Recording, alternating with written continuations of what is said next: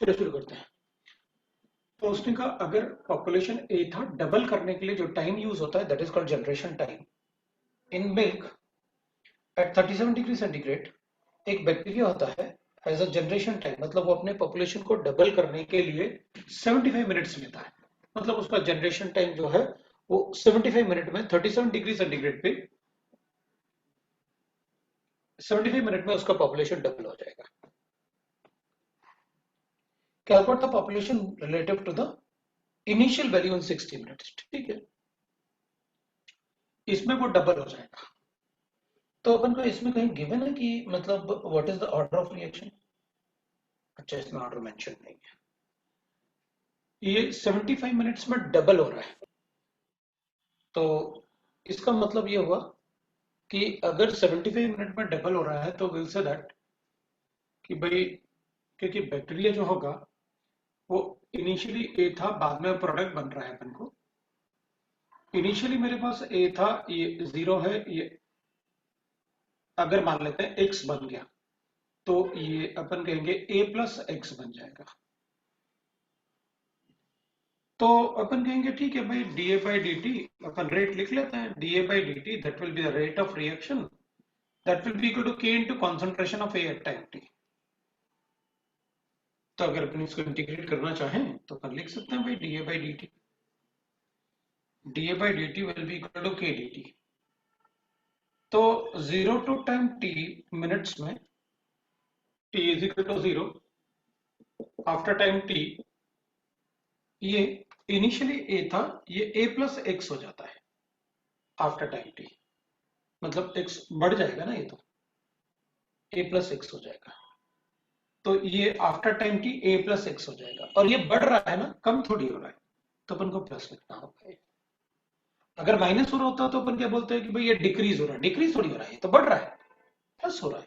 तो अपन को क्या करना पड़ेगा इस टाइम इसको, क्योंकि पॉपुलेशन बढ़ रही है भाई, कंसंट्रेशन डिक्रीज होता है इसलिए अपन माइनस साइन लगाते हैं। इधर तो बढ़ रहा है तो अपन माइनस साइन नहीं लगाएंगे। तो पहले इनिशियली ए था, आफ्टर टाइम टी एक्स हो गया, तो जीरो टू टाइम टी में ये ए टू ए प्लस एक्स हो गया। तो चलो लिख लेते हैं भाई, इंटीग्रेट करके ये क्या आ जाएगा अपने पास, L N of A plus X upon A, that will be equal to K T आ जाएगा अपने। तो अपन लिखेंगे ठीक है भाई। अब इसको फर्स्ट ऑर्डर क्यों अज्यूम किया आपने, क्योंकि कुछ मेंशन नहीं है। अगर कुछ मेंशन नहीं है तो मैं रिएक्शन को फर्स्ट ऑर्डर अज्यूम कर लूंगा, क्योंकि हमारे सिलेबस में जीरो और फर्स्ट ऑर्डर है, इसलिए मैंने अज्यूम किया।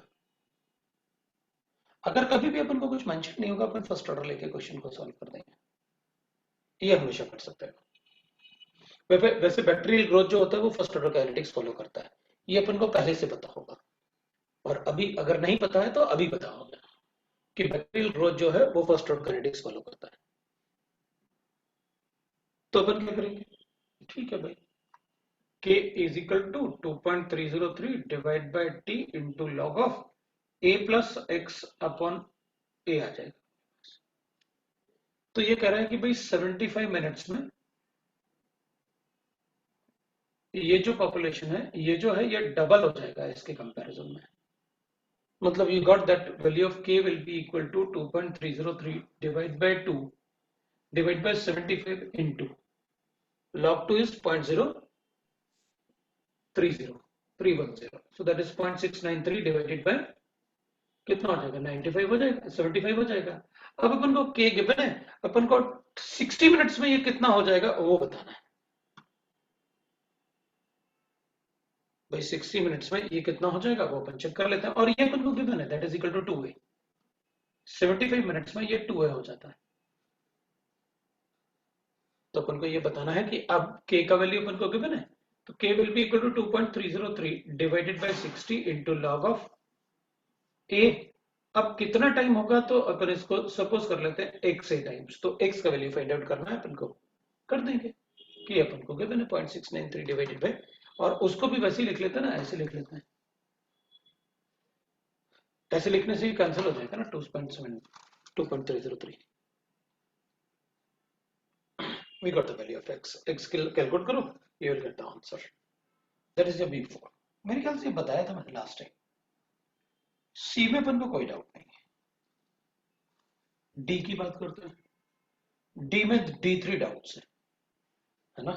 अपन डी में बात करेंगे तो D3 अपना डाउट है, तो अपन मान लेते हैं भाई D3 अपन को डाउट है। चलो देखते हैं अपन को D3 में क्या डाउट है। मैं इसको हटा दूं फिर, तो मैं D3 की बात करता हूँ। D3 में क्या डाउट है अपने पास। D3 में अपन को given for a reaction A gives you the product, A अपन को प्रोडक्ट देना है, A gives you the product. So for a reaction A gives you the product, the following data is given for a particular run, for a particular reaction. Run means it is a reaction. अपन को time given है और 1 upon concentration given है, मतलब अपन को time given है, अपन को पता है टाइम गिवन है और 1 upon concentration गिवन है. To the power of n minus 1 is what? N is order of reaction here. ये होता है. तो टाइम गिवन है और 1 upon concentration गिवन है. 1 upon concentration गिवन है और मुझे अच्छा टाइम और concentration गिवन है, मुझे ऑर्डर कैलकुलेट करना है. मैं इससे कैलकुलेट नहीं कर पाऊंगा क्योंकि ये तो हाफ लाइफ के लिए है, टी हाफ के लिए. मुझे टी हाफ थोड़ी गिवन है, मुझे तो टाइम गिवन है और मुझे 1 upon concentration मतलब पर मोलर गिवन है. ठीक है, तो मैं क्या करता हूं, मैं इससे कैलकुलेट कर लूंगा. उसने ऑर्डर पूछा है A nought minus A at time T divided by time. तो पहले मैं जीरो ऑर्डर को चेक कर लेता हूं. के का वैल्यू हो जाएगा, इनिशियल कॉन्सेंट्रेशन मेरे पास जीरो है, बाद में आफ्टर टाइम टी मतलब 5 मिनट के बाद कॉन्सेंट्रेशन 2 हो रहा है, तो ए नॉट इज जीरो, नहीं ये टाइम जीरो हो जाएगा. तो ये 1 माइनस 2 डिवाइडेड बाय अपन इसको क्या कर लें, दैट इज 5 मिनट्स लिख लेते हैं. तो इसको ना अपन 2 माइनस 1 कर देते हैं नेगेटिव चार्ज की वजह, नेगेटिव साइन की वजह से. तो मैं इसको 2 माइनस 1 कर लेता हूं, तो ये 1/5 हो जाएगा. अगर मैं दूसरा के कैलकुलेट करता हूं तो वो हो जाएगा अपने लिए 15 माइनस 0.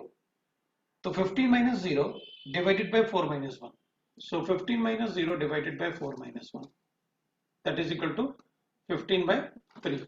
15/3 का मतलब हो गया मेरे पास 5 बचेगा. तब तो ये जीरो ऑर्डर फॉलो नहीं कर रहा है. It is not a zero order reaction. अगर जीरो ऑर्डर होता, अच्छा इसमें कॉन्सेंट्रेशन अपन को 1/a गिवन है. सॉरी सॉरी सॉरी सॉरी, क्योंकि अपन को कॉन्सेंट्रेशन a थोड़ी गिवन है, अपन को तो कॉन्सेंट्रेशन 1/a गिवन है. कोई बात नहीं, तो 1/a गिवन है तो मतलब 1/1 तो 1 ही हो जाएगा. 1/2 इज 0.5, मतलब इसको 1 माइनस 0.5 लिखना है अपन को. तो ये 0.5 डिवाइडेड बाई 0.5 हो जाएगा. सॉरी है, अपन को कॉन्सेंट्रेशन 1/a गिवन था. तो जीरो पे ये 1 माइनस कितना है, 1/, मतलब 15 पे अपन को गिवन है 1/4, मतलब हो जाएगा ऐसे. और ये अपन को गिवन है कितना, 0 to 5 ना, जैसे अपन ने 0 माइनस 5 लिखा था, ये 0 माइनस 15 है. तो ये अपने पास आ जाएगा 0.25. तो 0.75 डिवाइडेड बाय दैट इज 15. तो इसको अगर अपन सॉल्व करेंगे तो ये अपने पास कितना आ रहा था, 0.1. ये कितना आ रहा है अपने पास, 0.5. मतलब ये अपन 50 कर लेते हैं, तो मैं इसको 5/5 इंटू 1/10, तो 0.1 आ रहा था. इसको मैं कर लेता हूं क्या, 75 डिवाइडेड बाय 15 मल्टीप्लाई बाय 100, तो ये अपने पास आ रहा है 0.01. तो के का वैल्यू तो चेंज हो रहा है. अगर के का वैल्यू चेंज हो रहा है इसका मतलब ये जीरो ऑर्डर नहीं. अगर के का वैल्यू चेंज हो रहा है इसका मतलब ये जीरो ऑर्डर नहीं है. Got it. चलो दूसरा चेक करते हैं. अब फर्स्ट ऑर्डर की बात कर लेता हूँ. k इज इक्वल टू हो जाएगा 2.303 divided by t into log of a not upon 80 कर लेते हैं अपन. आफ्टर टाइम t हमको गिवन है, तो मैं लिखूंगा k will be equal to 2.303 divide by time में 5 मिनट्स ले लेता हूं,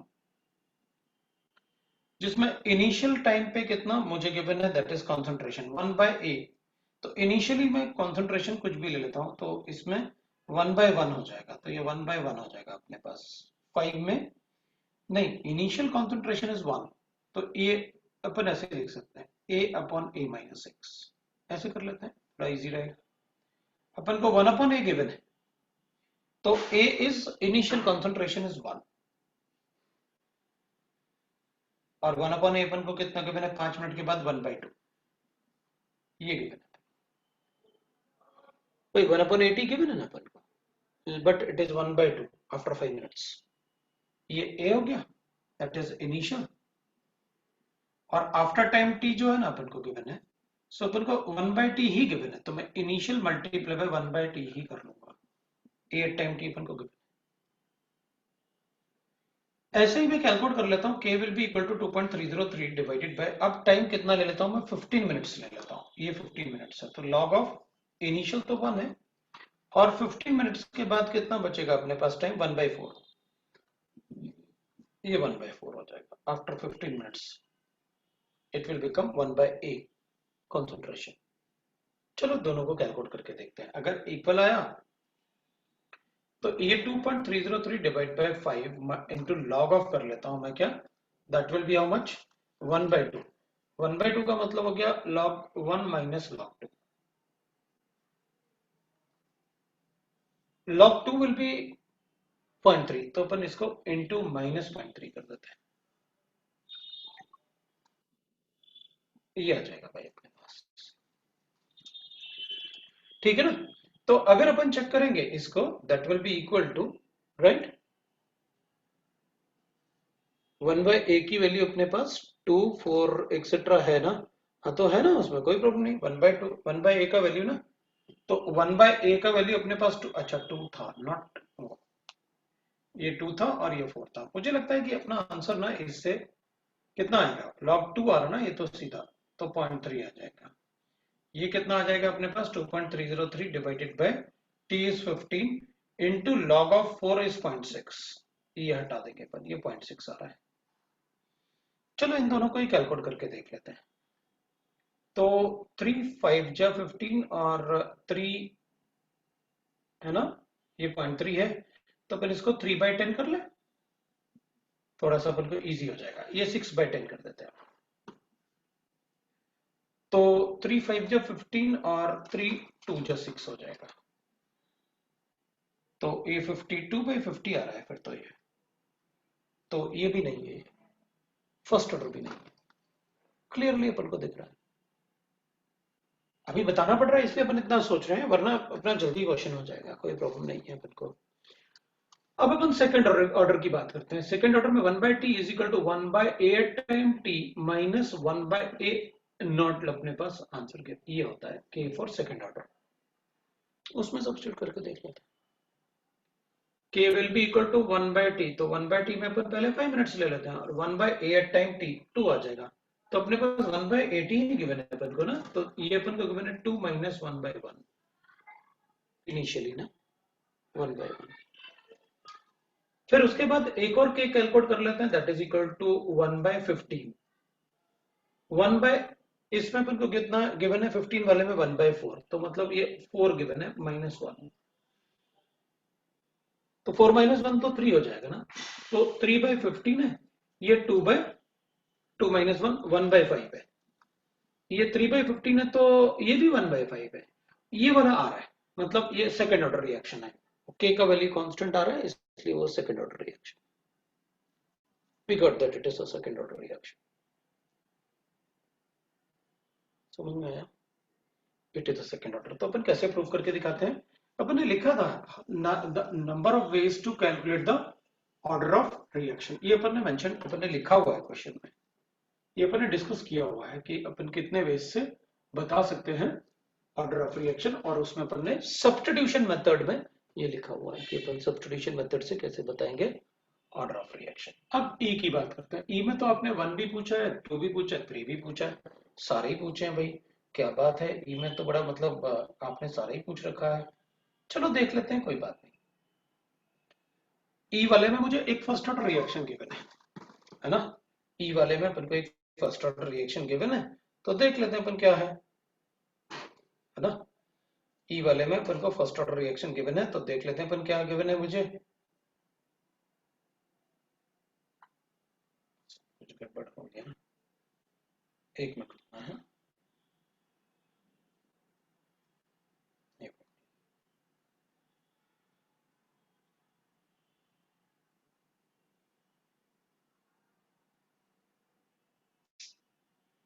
इतना बढ़िया चल रहा था, मुझसे गलती हो गई।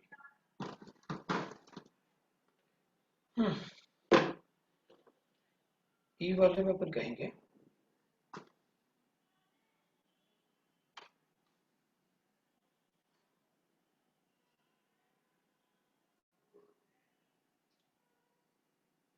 आगे, ई वाले में कितने क्वेश्चन है भाई? 3 क्वेश्चन है तो सारे ही मुझसे पूछोगे, ऐसे थोड़ी होगा भाई। 3 क्वेश्चन तो है ही वाले में और सारे क्वेश्चन मैं करके दिखाऊं, ऐसे थोड़ी होता है। मैं कोई भी 2 बताऊंगा, आप बता दो कौन से बताने हैं। पहला वाला तो लिख लिया, लिख देता हूं मैं, मतलब पहला वाला तो बता ही देता हूं क्योंकि पहला वाला तो बताना ही है। अब फर्स्ट ऑर्डर रिएक्शन, ठीक है भाई, अपने पास एक फर्स्ट ऑर्डर रिएक्शन गिवन है, उसमें क्या गिवन है अपन को? 2b+c लिखो, अपन को क्या फर्क पड़ता है, ये भी लिख लिया। अब आप मुझसे कह रहे हो it was found that at the end of 10 minutes from the start the total optical rotation of the system is 60.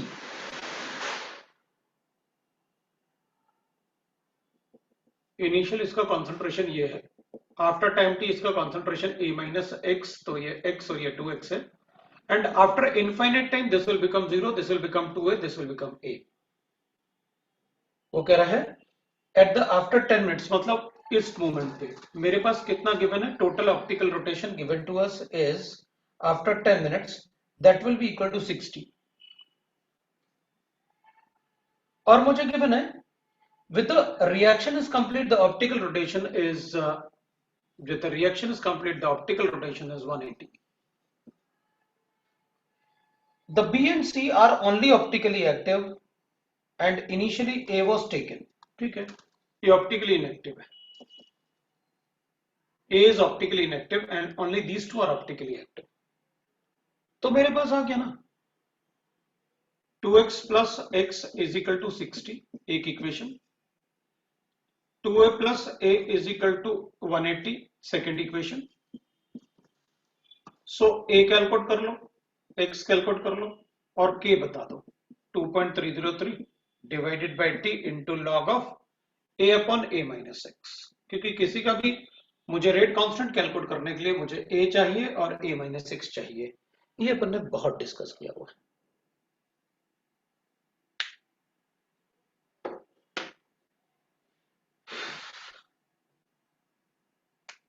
Rate constant आ गया, when the optical rotation is 90, हाँ तो कैलकुलेट करते हैं ना कि when the optical rotation is 90, इसका मतलब है x का वैल्यू मुझे पता है, टाइम अपन को बताना है, ये 3x will be equal to ले लेना 90, तो x आ जाएगा, a आपको ऑलरेडी पता है भाई, a का वैल्यू आपको दिख रहा है वहां से, this is a 60, this is 20। तो पहले रेट कांस्टेंट कैलकुलेट कर लो भाई, 10 मिनट्स के बाद कितना है पहले ये कैलकुलेट कर लो आप। k will be equal to 2.303 upon t कितना आएगा अपने पास 10 minutes into log of a कितना है 60 डिवाइडेड बाय 60 माइनस 20, के आ गया। अब वो कह रहा है कि बताओ कितने टाइम के बाद, ये कितने टाइम के बाद इनका रोटेशन 90 हो जाएगा, मतलब x का वैल्यू 30 हो जाएगा, तो बता देंगे ना x का वैल्यू 30 कितने टाइम के बाद हो जाएगा, a तो मुझे गिवन है ना, तो बताओ। तो बहुत इजी क्वेश्चन था, इस टाइप का क्वेश्चन अपन ने क्लास में किया हुआ भी है। बस यही बात है जिसके लिए अपन को डाउट डिस्कस करते रहना चाहिए। हाइड्रोजन परऑक्साइड वाला एग्जैक्ट मैंने क्लास में बताया हुआ है आपको अच्छे से। अब काफी बच्चे ऐसे होंगे ना जो सोचते हैं चलो क्लास में नहीं रहते हैं, डाउट्स में पूछ लेंगे अपन सर से। तो अब आप दोनों में से कोई एक बताओ मुझे, मैं कौन सा बताऊं आपको, जो आप बोलोगे वो मैं बता दूंगा। 2 और 3 में से एक नहीं बताऊंगा, एक बताऊंगा। कौन सा बता दूं? 2 ही बता दूं? चलो 2 बता दो, इसका मतलब इसका क्वेश्चन ना 2 रहा होगा, इसलिए कह रहा है आप 2 ही बता दो। अच्छा, मुझे ऐसा ना हो कि 2 मुझे लग रहा है 2 और ज्यादा इजी है। चल ठीक है, मुझे लगा 2 उससे भी ज्यादा इजी है, E3 से ज्यादा इजी है, बट मैं तो ऐसे कहूंगा, आप लोग देख लो। देखना मिथाइल एसीटेट है अपने पास, तो आपने बताया तो था हाइड्रोलिसिस ऑफ एस्टर, तो मेरे पास गिवन है methyl acetate in excess of dilute HCl, ठीक है, तो अपन को पता है ना मिथाइल एसीटेट आप ऐसे लिखोगे, मिथाइल एसीटेट को वाटर के साथ डाइल्यूट HCl में हाइड्रोलाइज करूंगा तो एसिटिक एसिड बनेगा और मिथेनॉल बनेगा। तो अपन इसको इसका रेट ऑफ हाइड्रोलिसिस कैलकुलेट करना है। तो अपन ने पढ़ा था कि भाई जैसे अपन ने क्लास में पढ़ा हुआ है कि इसके रेट ऑफ फॉर्मेशन से मैं इसका हाइड्रोलिसिस बताऊंगा। जितना जल्दी इसका रेट ऑफ फॉर्मेशन होगा, जितना ज्यादा ये होगा, जितना ये बनेगा, उतना ये हाइड्रोलाइज हो गया। और इसको कैसे फाइंड आउट करूंगा? NaOH के साथ टाइट्रेट करके। तो अपन लिखते हैं भाई इनिशियली मेरे पास ये A गिवन था, ये 0, ये 0, अभी हाइड्रोलाइसिस शुरू नहीं हुआ, मैक्सिमम यही गिवन है इनिशियल टाइम पे। आफ्टर टाइम t जब ये थोड़ा हाइड्रोलाइज हो गया तो ये x बन गया, ये x बन गया, तो अपन क्या कहेंगे? अपन कहेंगे भाई ये a माइनस एक्स हो जाएगा।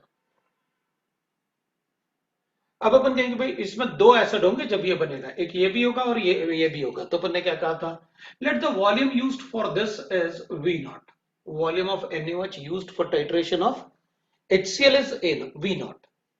तो x को टाइट्रेट करने के लिए क्या होगा? तो अपन क्या कहेंगे? x को टाइट्रेट करने के लिए अपन कहेंगे डायरेक्टली प्रोपोर्शनल। तो आफ्टर टाइम t जो भी ब्यूरेट रीडिंग होगा, सपोज VT ब्यूरेट रीडिंग है, तो अपन कहेंगे उसमें से V नॉट माइनस करो। क्यों करो V नॉट माइनस? क्योंकि भाई आप ब्यूरेट बना रहे हो तो उस ब्यूरेट में पहले आपने 0 तक फिल कर रखा था। इस 0 में से V नॉट तक तो वॉल्यूम यूज हो गया HCl के लिए, और HCl के बाद जब मैंने एसिटिक एसिड को न्यूट्रलाइज किया तो VT रीडिंग आया। तो अगर मान लो रीडिंग यहां 0 था, यहां 3 था, यहां 12 है, तो इसको न्यूट्रलाइज करने के लिए तो 3 ml यूज हो गया।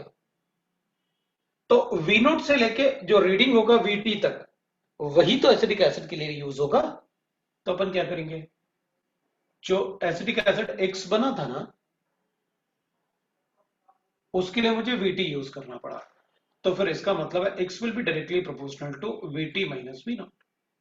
ये एसिटिक एसिड जो बना ना X मोल्स, उसके लिए आएगा VT माइनस V नॉट। तो अपन बता देंगे। तो ठीक है। अब एट इनफाइनाइट टाइम, मतलब आफ्टर इनफाइनाइट टाइम, ये तो खत्म हो जाएगा, सारा का सारा किस में कन्वर्ट हो जाएगा? इसमें। तो इसको क्या लिखूं? तो मैं कहूंगा अगर मैंने सेपरेट एक्सपेरिमेंट किया, सेपरेट एक्सपेरिमेंट किया, उसमें 0 रीडिंग ये था, ये V नॉट रीडिंग था, ये मुझे पता था 3 ml यूज होगा, और मेरे पास इनफाइनाइट टाइम पे जो रीडिंग आया वो V इंफिनिटी आया। तो इनफाइनाइट टाइम पे जो दूसरे वेसल में इनफाइनाइट टाइम पे हाइड्रोलाइज करने के बाद मैंने यूज किया, तो ये तो V infinity minus V not होगा। और वो कितना बना? A, मतलब this will be proportional to A। सो A will be proportional to V infinity minus V not. भाई एक बार मैंने सैंपल को कितना टाइम t के बाद टाइट्रेट कर लिया, एक दूसरे सैंपल को कब टाइट्रेट किया? इनफाइनाइट टाइम के बाद। HCl तो कैटलिस्ट था, इसलिए कैटलिस्ट के लिए तो उतना ही लगेगा, जितना इसमें लगा उतना ही इसमें भी लगेगा, क्योंकि दोनों ही एक ही एक्सपेरिमेंट है, और अपन ने कैटलिस्ट दोनों वेसल में डाल रखा है, वही कैटलिस्ट जो भी वॉल्यूम हमने फिक्स कर रखा होगा कैटलिस्ट का। We are able to. तो अपन कहेंगे ठीक है भाई, अब बचा क्या अपने पास?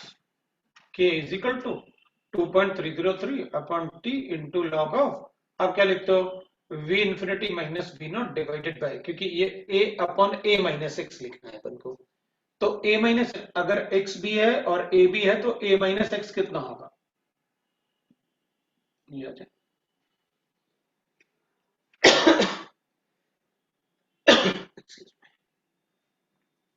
तो लिखेंगे ना, ये तो क्लास में अपन ने ड्राइव भी किया था।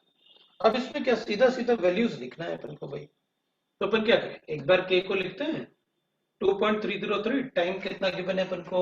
75 मिनट्स। लो भाई 75 into log of V infinity कितना गिवन है? 42.03 माइनस V नॉट कितना है? 19.24,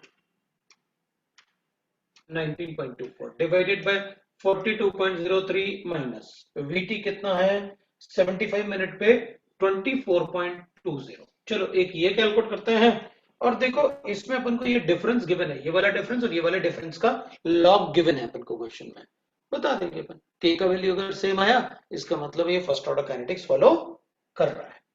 डिटरमाइन द वेलोसिटी कांस्टेंट अपन को पता है, मैंने आपसे कहा था जो रिएक्शन मैं आपको क्लास में पढ़ा रहा हूं इनके ऑर्डर ऑफ रिएक्शन आपको पहले से पता है, ये अज्यूम करना है।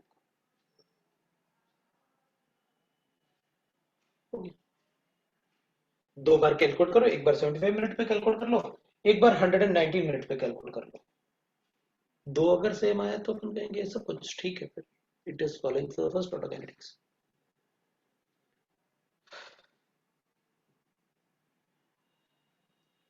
E3 वाला, द डिकम्पोजिशन ऑफ, मैं E3 वाला पढ़ता हूँ तो मतलब देखता हूँ क्या था, मतलब क्यों तुम लोग वो कर रहे थे, अगर अच्छा होगा तो हिंट देके छोड़ दूंगा, लेकिन E3 वाला बताऊंगा नहीं, तुमको अपने आप करना है। अच्छा होगा तो हिंट देके छोड़ूंगा, अच्छा नहीं होगा तो हिंट भी नहीं दूंगा।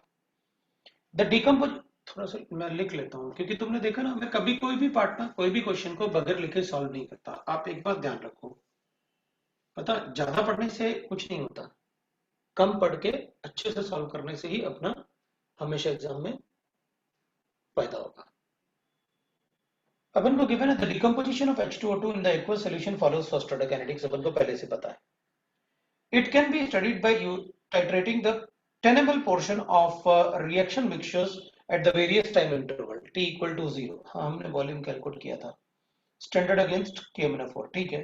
Volume of KMnO4 used in each case is proportional to the remaining concentration of H2O2, ये अपन ने पढ़ा हुआ है।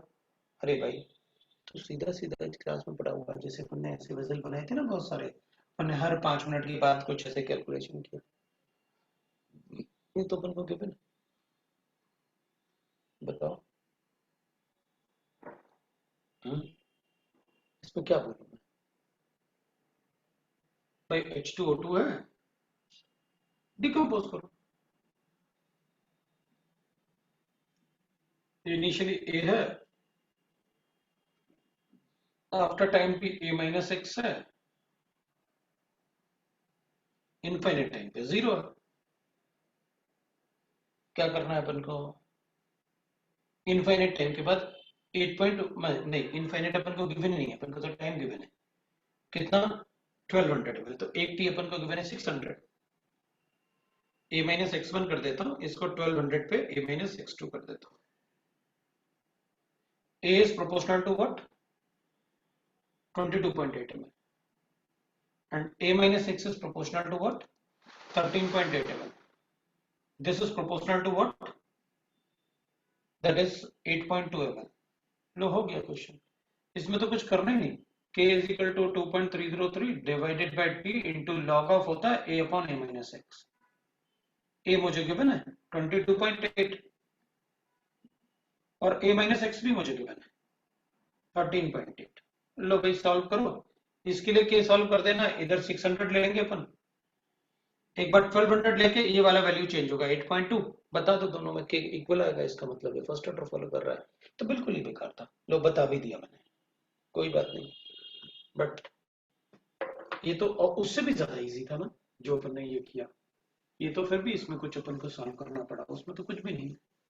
और बिल्कुल सेम अपन ने क्लास में भी डिस्कस की है, मतलब ये चीज बिल्कुल सेम थीम क्लास में भी कैलकुलेट किया।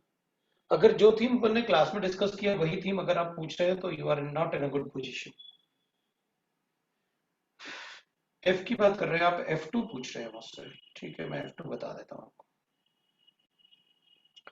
An organic compound dissociate into n parallel of first order reaction simultaneously, ठीक है। तो and the and produces n different products, ठीक है भाई, ये कह रहे हैं कि अपने पास एक ऑर्गेनिक कंपाउंड है A और ये n products P1 P2 P3 P4 ऐसे n प्रोडक्ट्स में Pn तक जाएगा, ठीक है भाई। इनके लिए मुझे रेट कांस्टेंट गिवन है के 2 के 3 के 4 के n के, ठीक है। And the energy of activation E1 E2 E3, इनका एनर्जी ऑफ एक्टिवेशन है, इसमें E1 इसमें E2 2E, सिर्फ E है, ये 2E है, like that we are given to us. अब ये कह रहे हैं कि En तक है respectively, calculate the overall energy of activation of the reaction, तो पता क्या ओवरऑल के कैलकुलेट करना होता है, 2 के 3 के 4 के n के, ठीक है। And the energy of activation of the reaction, तो पता क्या overall energy of activation of the reaction, तो पता क्या, ओवरऑल के कैलकुलेट करना होता है। ठीक है, ओवरऑल ये कैलकुलेट करना होता है अपन को। मैं एक बार ऐसे कर लेता हूँ, तुम लोग ही मुझे बताना मुझे क्या करना चाहिए।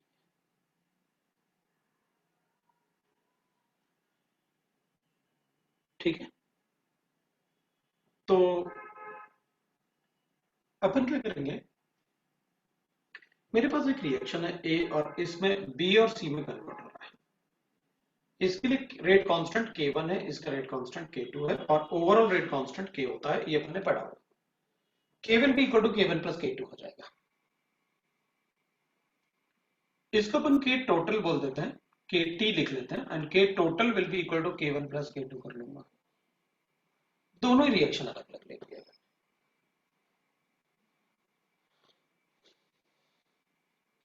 इसको अपन लिख लेते हैं A इफेक्टिव मतलब A total will be equal to e to the power of minus E total upon RT. This will be equal to that is A1 into e to the power of minus E1 by RT and plus A2 into e to the power of minus E2 by RT. Total K, इसका जो total K होगा rate constant वो इन दोनों का सम होता है, ये अपन ने डिस्कस किया है पैरेलल रिएक्शन में, वेरी फर्स्ट रिएक्शन में अपन ने ये डिस्कस किया। वो बीसी प्रोडक्ट की जगह P1 P2 P3 प्रोडक्ट लिख दिया आपने, मुझे कोई फर्क नहीं पड़ता। मैं क्या करूंगा, इसको differentiating with respect to time t, that is temperature not time है, दैट t टेम्परेचर है डिफरेंशिएटिंग, क्योंकि अपन ने जितना भी डिफरेंशिएशन किया वो अब तक टाइम से ही किया ना, इसलिए ऐसे लिख दिया। Differentiating with respect to temperature t, इनको ना डिफरेंशिएट कर लो आप सबको, d अपॉन dt कर देते हैं। तो d अपॉन dt लिखेंगे तो डिफरेंशिएट करोगे तो क्या कैसे बताएंगे अपन इसको, डिफरेंशिएशन करके बता सकते हो क्या करेंगे अपन इसको, कैसे लिखोगे। This is a constant we know that, और ये e टू द पावर है, तो डिफरेंशिएट कैसे करोगे एक बार लिख के बता सकते हो तुम मुझे इसको, डिफरेंशिएट करोगे तो क्या लिखना पड़ेगा अपन का।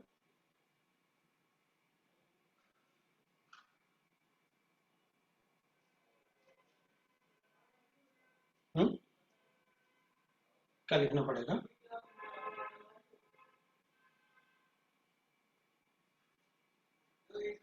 बताओ भाई।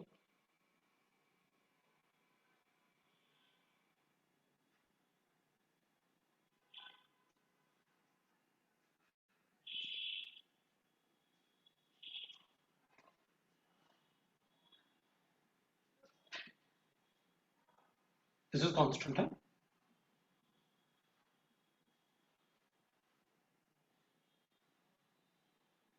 ये तो पूरा कांस्टेंट है ना, अपन ने टाइम के रिस्पेक्ट में डिफरेंशिएट किया ना उसे, लिख सकते हैं ना, जैसे इसको डिफरेंशिएट किया वैसे उनको भी डिफरेंशिएट कर देते हैं।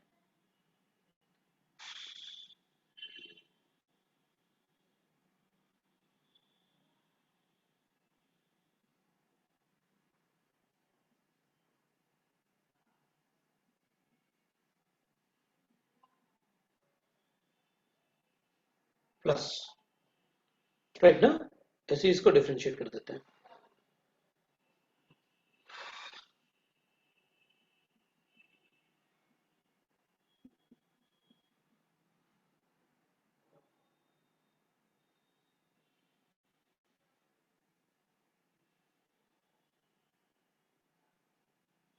और differentiating with respect to T है तो टाइम तो सेम ही रहेगा ना सब में, T1 T2 क्या लिखेंगे,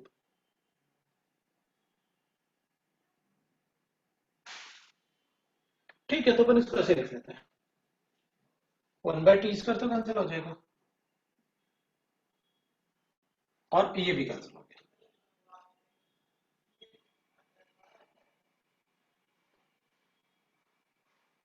और अपन इसको ऐसे लिख सकते हैं, नेगेटिव साइन भी कैंसिल हो गया, कॉमन लेके कैंसिल कर दो, तो अपन इसको ऐसे लिख सकते हैं, ई टोटल, ये वाले पार्ट को मैं क्या लिख सकता हूँ, के total is equal to E1 K1 plus E2 K2 तो ई टोटल अगर मुझे कैलकुलेट करना है तो मैं E1 K1 plus E2 K2 लिख सकता हूं ऐसे। तो इसका मतलब है अगर बहुत सारे पैरेलल रिएक्शन होते तो मैं टोटल ई ऐसे लिख देता, है ना, K1 E1 plus K2 E2 plus K3 E3 divided by total के, मतलब K1 plus K2 plus K3 ऐसे लिख देता, ये टोटल क्या हो जाता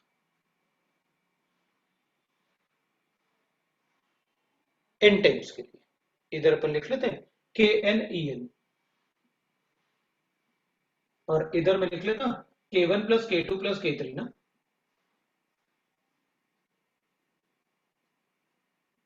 KN ना, ऐसे लिख सकते हैं।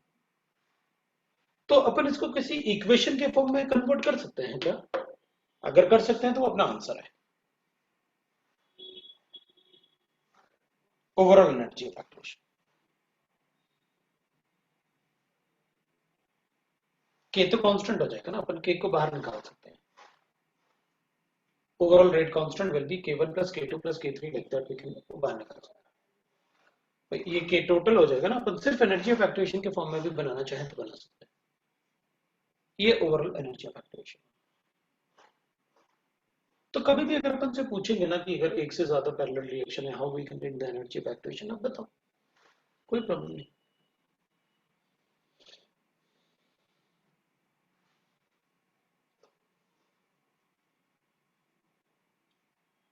अपन से किसी ने कहा जी वाले में सर कुछ कुछ, उसको शायद नहीं पूछना था।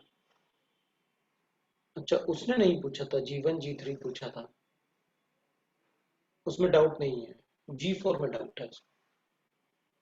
तो जी वाले में क्या गिवन है अपन को? जी वाला तो जीवन तो क्लास में किया होगा ना अपन ने।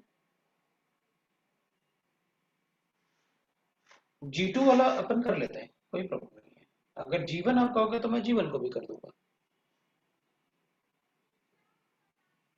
अपन को जीवन जिसने पूछा था, देख लेते हैं हम एक बार। जीवन अगर सिर्फ उसी ने पूछा था जीवन G3, तो एक मिनट अपन देख लेते हैं जीवन G3। हमें लगता है जीवन G3 किसी एक ने ही पूछा था। जीवन नहीं है, हाँ जीवन किसी ने भी नहीं पूछा है। जिसने पूछा तो उसने मना कर दिया, हमको जीवन नहीं चाहिए। G2 बता दीजिए, तो ठीक है अपन G2 बता देंगे, उससे हमें क्या फर्क पड़ेगा। लेकिन ये वाला पार्ट समझ में आ गया ना अपन को, कैसे करना है। ओ, मुझसे गड़बड़ हो गया, मैंने एफ वगैरह सब गायब हो गया। हाँ ठीक है, तो है ना अपने पास चैट में लिखा हुआ है ना, कोई प्रॉब्लम नहीं। मैं G2 बता देता हूँ।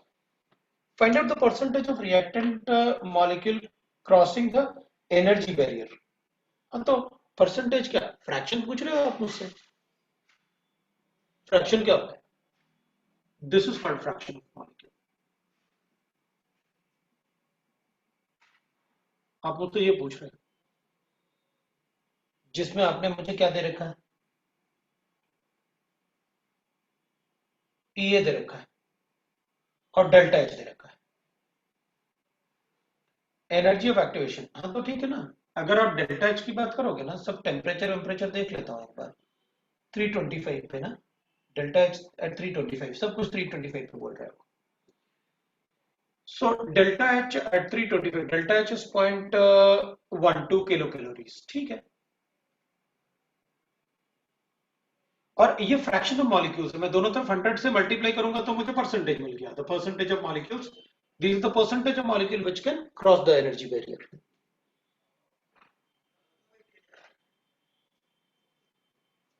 तो अपन क्या करेंगे, एनर्जी ऑफ एक्टिवेशन, मतलब मुझे energy of activation is energy of forward reaction. Delta H is equal to अपन लिखते हैं EF minus EB for all the reaction, and for all reaction energy of forward reaction को अपन energy of activation भी बोलते हैं। तो अपन क्या करें, एक्सप्लेनेशन दे देते हैं। डेल्टा एच मुझे गिवन है 0.12,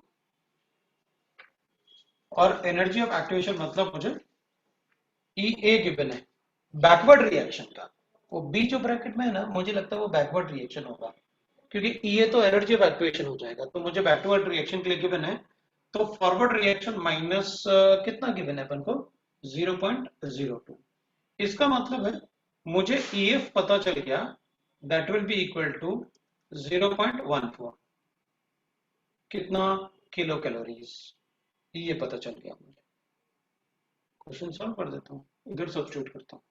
मैं पहले लॉग ऑफ ये ले लेता हूँ ताकि मैं e to the power of calculate कर लूँ। ठीक है भाई, तो अपन क्या करें, अब अपने पास EF है, बैकवर्ड गिवन था, मुझे फॉरवर्ड चाहिए, क्योंकि मुझे जब मैं fraction of molecules converted into this लिखूंगा तो मुझे क्या चाहिए, फॉरवर्ड चाहिए, क्योंकि फॉरवर्ड से ही इधर तक पहुंचेगा, उसके बाद ही वो प्रोडक्ट में कन्वर्ट होगा। तो मैं फ्रैक्शन ऑफ मॉलिक्यूल्स, अब इसमें EF ये सब्स्टिट्यूट करो आप, और किलो कैलोरीज का मतलब है इसको कैलोरीज में कन्वर्ट कर लो, किसमें 140 कैलोरीज। तो इसको कैलोरीज में रखो, तो इसको भी 2 ले लेना, R का वैल्यू कैलोरीज में। T आपको गिवन है 2 325, शुरू हो जाओ।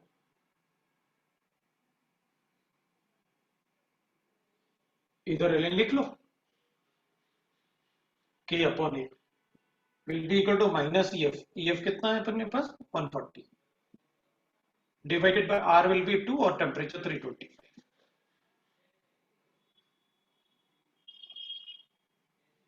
इसको सॉल्व कर लेते हैं, माइनस 140 डिवाइडेड बाय क्या करें अपन, दैट इज 2 इंटू दिस, तो 650 ना, 650 14/65 आया अपने पास, वो भी माइनस। तो अब 14/65 वो भी माइनस, तो अपन इसको क्या करेंगे, दैट विल बी माइनस, मुझे ये कैलकुलेट करना पड़ेगा, थोड़ा कैलकुलेटर के लिए कैलकुलेटर यूज कर लेता हूँ।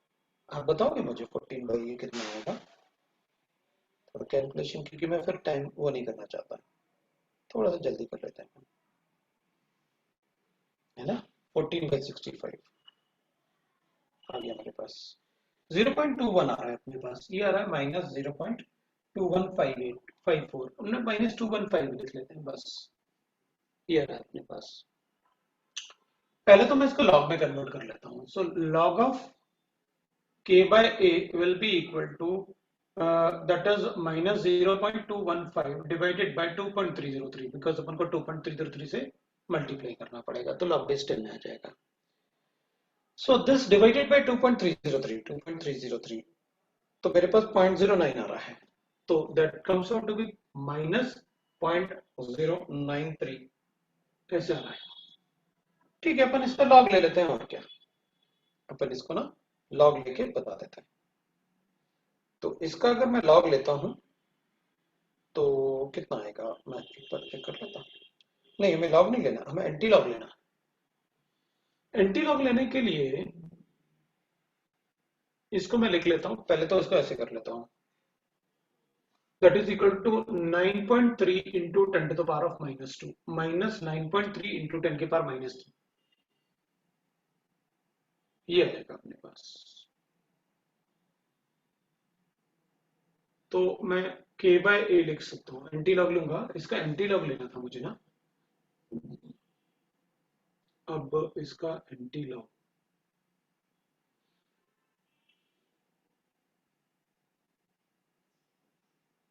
इसका एंटी लॉग लेना तो थोड़ा सा अपने लिए प्रॉब्लमेटिक हो जाएगा। कितना है इसका, 0.09 का एंटी लॉग,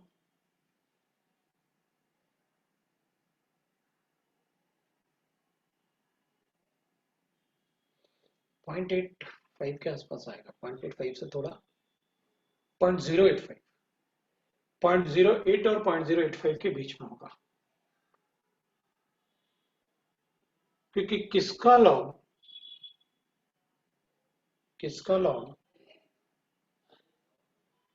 परसेंट, इसको दोनों को 100 से मल्टीप्लाई भी करना होगा, लेकिन पहले लॉग ले 100 से मल्टीप्लाई कर देते हैं ना अपन, इसको भी 100 से मल्टीप्लाई कर देते हैं, तो 100 से मल्टीप्लाई करूंगा तो माइनस 9.3 आएगा, और ये अपने पास आ जाएगा कितना, दैट विल बी परसेंटेज आ जाएगा ना, फिर अपने पास ये परसेंटेज आ रहा है, तो log of K by A को इतना माइनस 9.3% आ रहा है 100 से मल्टीप्लाई करके, तो anti log of minus 9.3, anti log of minus 9.3 का मतलब हो गया 1/9.3। देखता हूँ ना एंटी लॉग मोबाइल में कैसे आता है, किसी के पास कैलकुलेटर है तो वो करो ना उसमें, क्योंकि मोबाइल में मुझे नहीं पता कैसे आता है। अगर किसी के पास कैलकुलेटर है तो यहीं से कैलकुलेट करके बताए ना वो। कैलकुलेटर उठाओ अपनी टेबल से। कितना आ रहा है? उसमें गिवन होना चाहिए ना यार अपन को। गिवन नहीं है, नहीं गिवन है। अपने पास गिवन है, एक मिनट मैं खुद ही करता हूँ।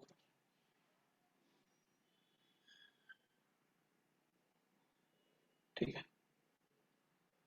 -0.93 को मैं कर सकता हूँ 0.093।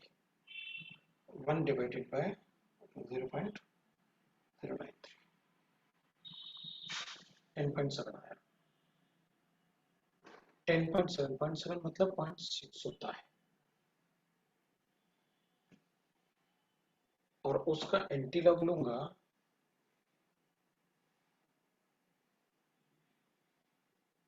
कैलकुलेटर से कितना आ रहा है? 0.9 माइनस, एक मिनट अपन को आंसर आ गया। क्या करिए ये कि 0.087 आ रहा है। ले भाई आ गया। वो करिए कि इसका एंटी लॉग ले लो आप, इसको 100 से मल्टीप्लाई मत करो, इसका एंटी लॉग लो तो ये आ रहा है 0.807 आ रहा है। ये आ रहा है एंटी लॉग लेके के बाय ए। तो आ गया ना अपने पास फ्रैक्शन। परसेंटेज कैलकुलेट कर लेते हैं तो दोनों तरफ 100 से मल्टीप्लाई कर लेते हैं इंटू 100। तो कितना है? 80.7% आया। लो भाई आ गया अपना आंसर, ये आएगा।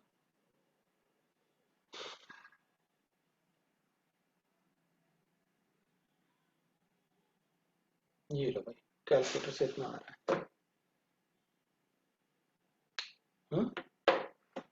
आ गया अपना answer. That is your answer. उतना ही अपन को गिवन होगा शायद आंसर, और देख लो, है ना। G3 और G4 डाउट नहीं है, मना कर दिया। अगर किसी को डाउट है तो वो बताएगा। G4 किसी ने कहा था, आप बता दीजिए। अबे G4 तो गिवन ही नहीं है। G1 G2 G3 तो है। तुम लोग ना मुझे बना रहे हो यार। H में किसी ने कल से पूछा था कुछ, मैच वाला देख लेता।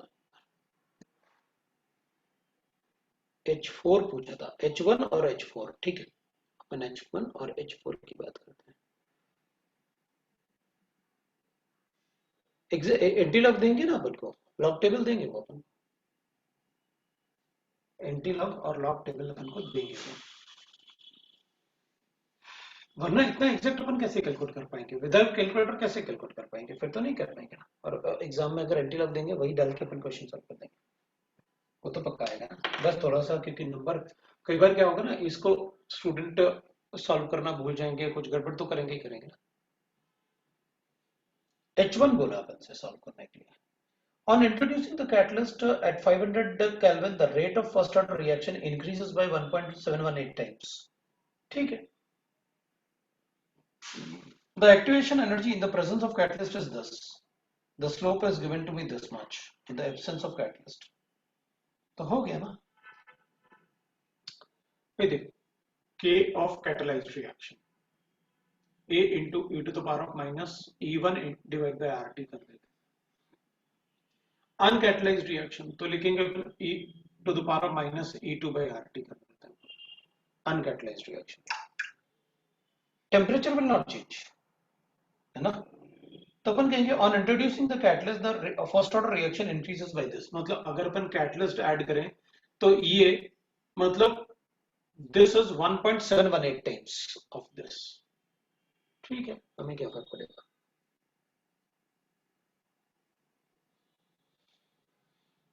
तो अपन इसको ना अनकैटलाइज्ड रिएक्शन को पहले लिख लेते हैं। ये अनकैटलाइज्ड रिएक्शन है, ये कैटलाइज्ड रिएक्शन है, अपन कहेंगे ठीक है, हमें क्या फर्क पड़ेगा, आप ऐसे लिख दो। वो अनकैटलाइज्ड था, ये कैटलाइज्ड था। In the presence of catalyst the EA is given to me, मतलब E2 की वैल्यू मुझे गिवन है। Catalyst, that is 6.059 kilo calories per mole, ये अपन को गिवन है, चलेगा। The slope of the reaction, मतलब अगर मैं रिएक्शन का स्लोप बनाना चाहूं तो ln of k versus t, तो स्लोप जो आता है ना अपने पास नेगेटिव स्लोप, वो होता है minus E by R. E by R मतलब in catalyst, in absence of catalyst, मतलब मुझे E1 गिवन है, E1 by R, this is given to me how much, वो पूछा है मुझसे द स्लोप, मतलब मुझसे E1 बाय आर आपने पूछा है क्वेश्चन में, ठीक है। मैं रेशियो ले लेता हूं, k of catalyzed reaction upon uncatalyzed reaction। तो in the presence of catalyst the reaction increases by this much, ठीक है। uncatalyzed reaction e to the power, ये catalyzed reaction हो गया, तो ये हो जाएगा माइनस E2 माइनस, अब ये अपॉन करेंगे तो प्लस हो जाएगा E1, RT तो कॉमन रहेगा, तो अपन ऐसे कर लेते हैं। ये हो गया भाई मेरे पास। मुझे ये गिवन है कि जब अपन कैटलिस्ट इंट्रोड्यूस करते हैं तो ये कितने टाइम्स बढ़ जाता है, 1.718 times is equal to e to the power of, इसको अपन क्या करते हैं ऊपर लेके आए थे तो माइनस E1 माइनस E2 कर देते हैं, divide by are. E1 calculate करना है, कर ले। ये नंबर भी शायद अगर अपन कैलकुलेट करेंगे ना तो एंटी लॉग ऑफ 2.303 इज 1.718। इसका अगर लॉग लेंगे ना तो 2.303 आता है, मतलब it is related to this. अपन ऐसे करेंगे, दोनों तरफ अपन लॉग ले लेते हैं, ln लेते हैं, ln of 1.718 is equal to ले लेता हूं मैं e to the power of, ये आ जाएगा अपने पास E1 कितना गिवन है अपन को, वही तो कैलकुलेट करना है। E1 माइनस E2 अपन को गिवन था 6059, ताकि मैं कैलोरीज में ले लूं, ये किलो कैलोरीज को कैलोरीज में कन्वर्ट कर दिया, तो ये भी कैलोरीज में आ जाएगा। तो अपन को ऑप्शन के इसमें आंसर जो भी गिवन है आप देख लेना अपने आप। आर कितना हो जाएगा, तो मैंने कैलोरीज में 2 ले लेना है, और टेम्परेचर आपको ये गिवन है, ये थोड़ा इजी लग रहा है मुझे। Multiply by this, we'll get that 1000. Huh? So ln of this 1.51, log base 10 कर देते हैं तो 2.303 से मल्टीप्लाई कर लेते हैं, 2.303 into log of 1.718 is equal to कितना आ जाएगा अपने पास, that is E1 minus E2, E2 is 6059 divided by 1000 आ गया अपने पास। तो ये लॉग ऑफ 1.178 देखते हैं अपन, जूल्स में दिया है, कहां पर है जूल्स, अरे यार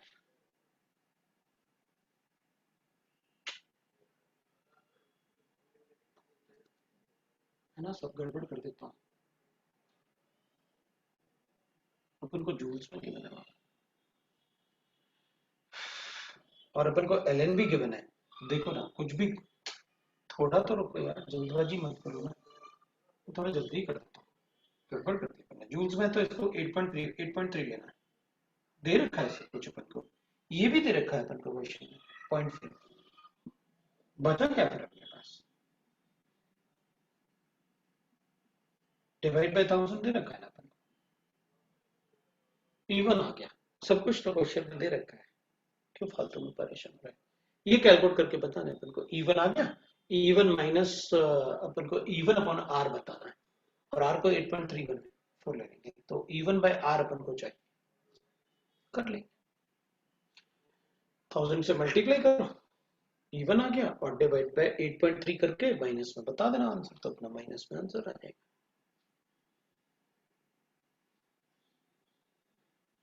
हो गया ना, चलो H1 पूछा था आपने, और H4 भी कहा था किसी ने अपन से कि आप H4 भी बताओ मुझे।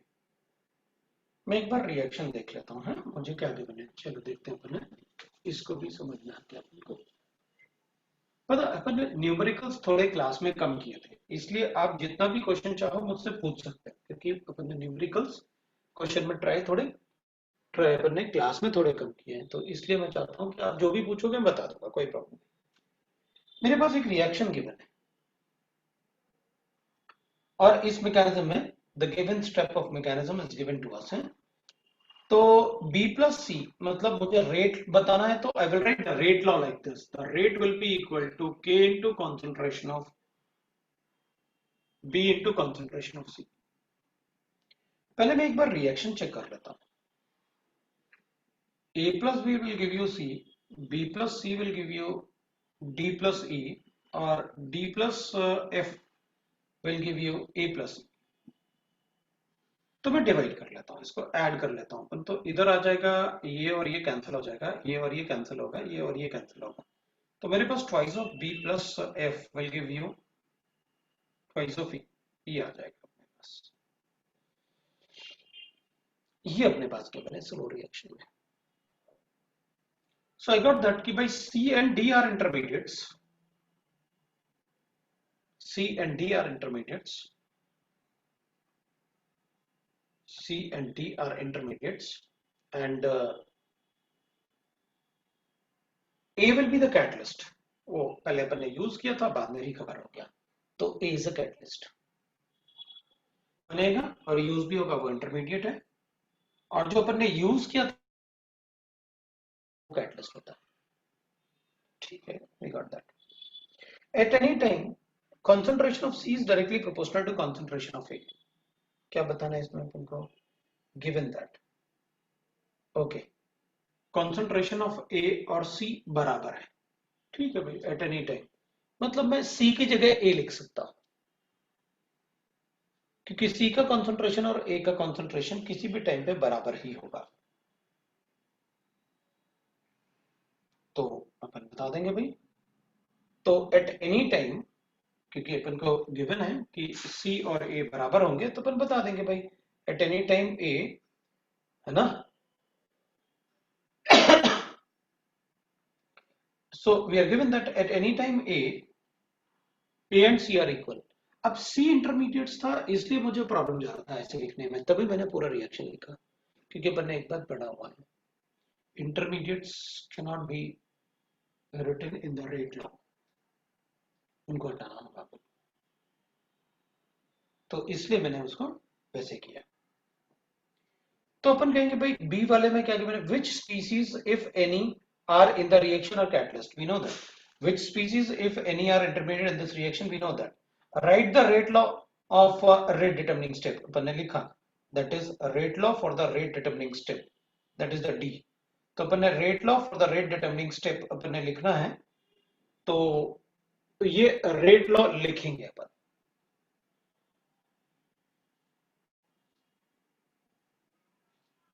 ठीक है, और रेट ऑफ रिएक्शन अगर अपन को लिखना है तो व्हाट इज द, फिर अपन से पूछे right the rate law of for this reaction, तो अपन को रेट डिटरमिनिंग स्टेप के लिए तो ये लिख सकता हूं मैं, this is for a rate determining step for RDS, मतलब, लेकिन मैं rate law for the reaction नहीं लिख सकता, ये रेट लॉ फॉर आरडीएस है। तो रेट ऑफ रिएक्शन, तो अपन ने पढ़ा हुआ है कि रेट ऑफ रिएक्शन में कभी इंटरमीडिएट नहीं हो सकता, तो अपन क्या करेंगे, कॉन्सेंट्रेशन ऑफ बी, और अपन को दे रखा है कि सी और ए हमेशा किसी भी मोमेंट पे इक्वल होता है, तो इसलिए मैंने कहा था सी को हटा के अपन ए लिख सकते हैं। फिर उसके बाद अपन से कहा ओवरऑल ऑर्डर ऑफ रिएक्शन, इसमें भी वन है, इसमें भी पावर वन है, तो अपन बता सकते हैं कि it is first order reaction, first order with respect to B and A, तो अपन सेकंड ऑर्डर बता सकते हैं, overall order of reaction will be second, तो अपन सेकंड ऑर्डर बता दें, ये अपना एच होगा। अब आप रेडियो एक्टिविटी भी बता सकते हो, अगर इसमें कोई रेडियो एक्टिविटी में आपको क्वेश्चन पूछना है आई वाले सेक्शन में, तो आप बता सकते हो। आई वाला शायद किसी ने पूछा था क्या, आई थिंक आई किसी ने पूछा नहीं था। H1 पूछा है, P4 पूछा है, F पूछा है, आई किसी ने नहीं पूछा,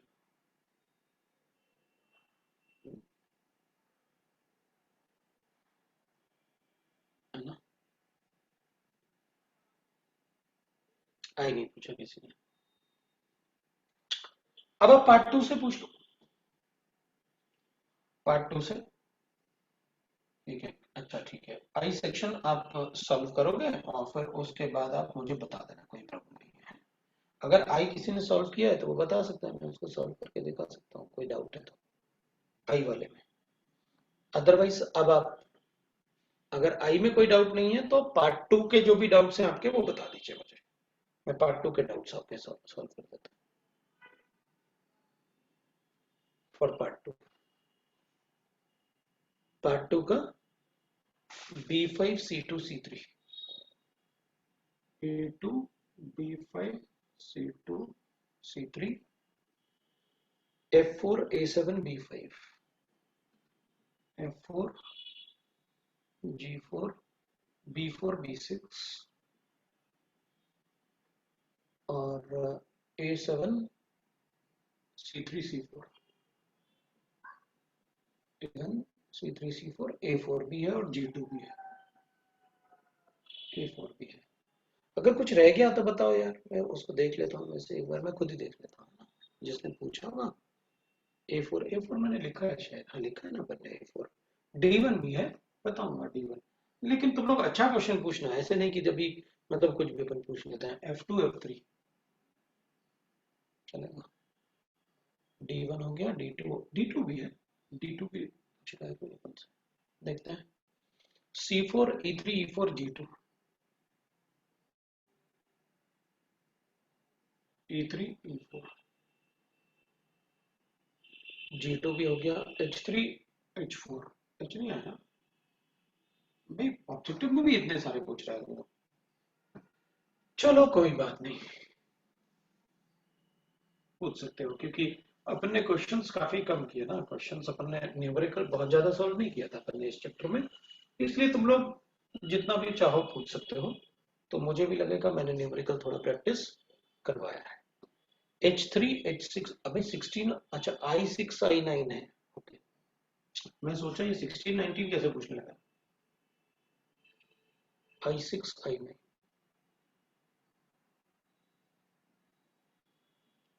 चलेगा, ठीक है। चलो तो देखते हैं, पढ़ते हैं फिर। चलो तो पहले अपन शुरू करते हैं A2 से। A2 में क्या गिवन है, ये तुमने क्वेश्चन पूछने की जरूरत पड़ी अपन को। ओह, तो बेकार ही क्वेश्चन लग रहा है मुझे।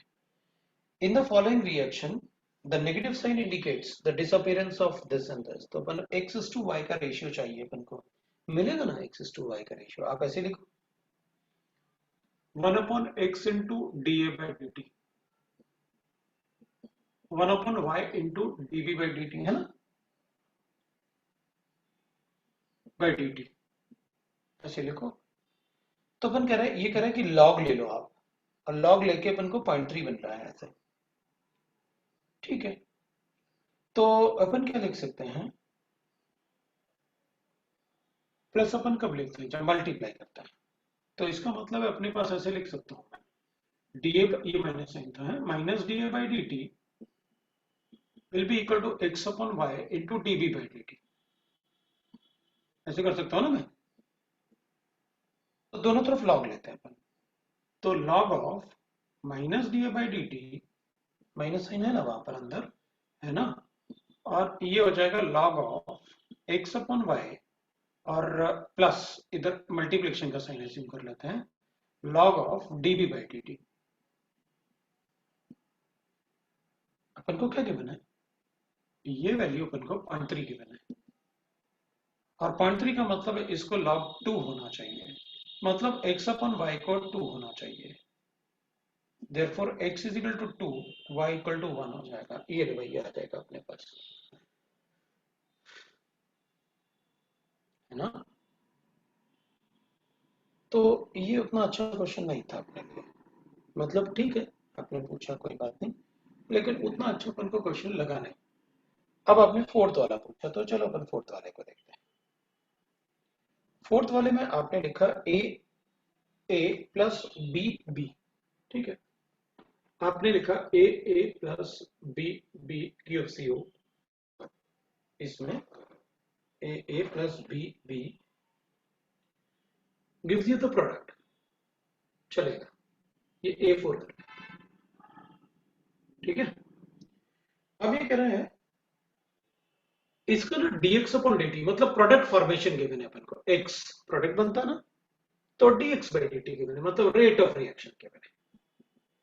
that is equal to rate will be equal to k into concentration of a to the power of a b to the power of b. okay, मतलब मोलर कोफिशिएंट के बराबर बोल रहे हो आप. If the concentration of A is doubled, the rate of reaction increases by 4 times. मतलब इसको double करो तो 4 टाइम, मतलब A का वैल्यू 2 रहा होगा. फिर उसके बाद क्या बोल रहे हैं? If the concentration of B is made 4 times, the rate of reaction becomes double. अच्छा, इसको 4 टाइम करो तो रेट ऑफ रिएक्शन डबल होता है. इसको 4 टाइम्स करेंगे तो रेट ऑफ रिएक्शन डबल होता है. What is the relation between the appearance and disappearance of A and B? मतलब इनके मोलर कोफिशिएंट पूछ रहे हैं. मतलब इसका मोलर कोफिशिएंट अगर 2 है, इसको डबल करो तो रेट ऑफ रिएक्शन 4 टाइम बढ़ जाएगा. इसको if the concentration of be made 4 times, अगर अपन 4 टाइम्स करेंगे तो रेट ऑफ रिएक्शन डबल होता है. कितना होता है? Rate becomes double.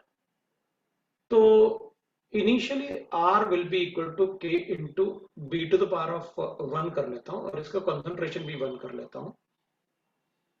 इसको B कर लेते हैं अपन और ये 2R हो जाएगा अगर मैं इसको 4 टाइम करता हूं. तो मुझे B का वैल्यू कैलकुलेट करना है तो मैं इसका रेशियो ले लेता हूं. मतलब 1/2 इज इक्वल टू K तो कैंसिल हो जाएगा, R भी कैंसिल हो गया, तो 1/4 to the power of B है. राइट ना? If the concentration of A double, rate becomes 4 times. एक मिनट, इसको डबल करूंगा तो ये 4 टाइम्स हो जाएगा. ठीक है, तो यहां से भी मेरे पास 1/2 टू द पावर ऑफ 1 आ रहा है और ये 1/2 टू द पावर ऑफ 2 आ रहा है. मतलब B का वैल्यू मुझे क्या लेना पड़ेगा? B will be equal to कितना आएगा अपने पास? 2 आएगा. इतने आएगा ना अपने पास.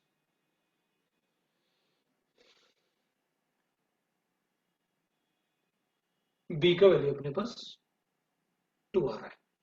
अब ऐसे ही एक बार A को भी चेक कर लेता हूँ क्योंकि A भी 2 आ रहा है. ऐसा कैसे हो सकता है? मुझे क्या थोड़ा कम वैसे कर समझ में आ रहा है. If the concentration is doubled, अच्छा पहले रेट था ये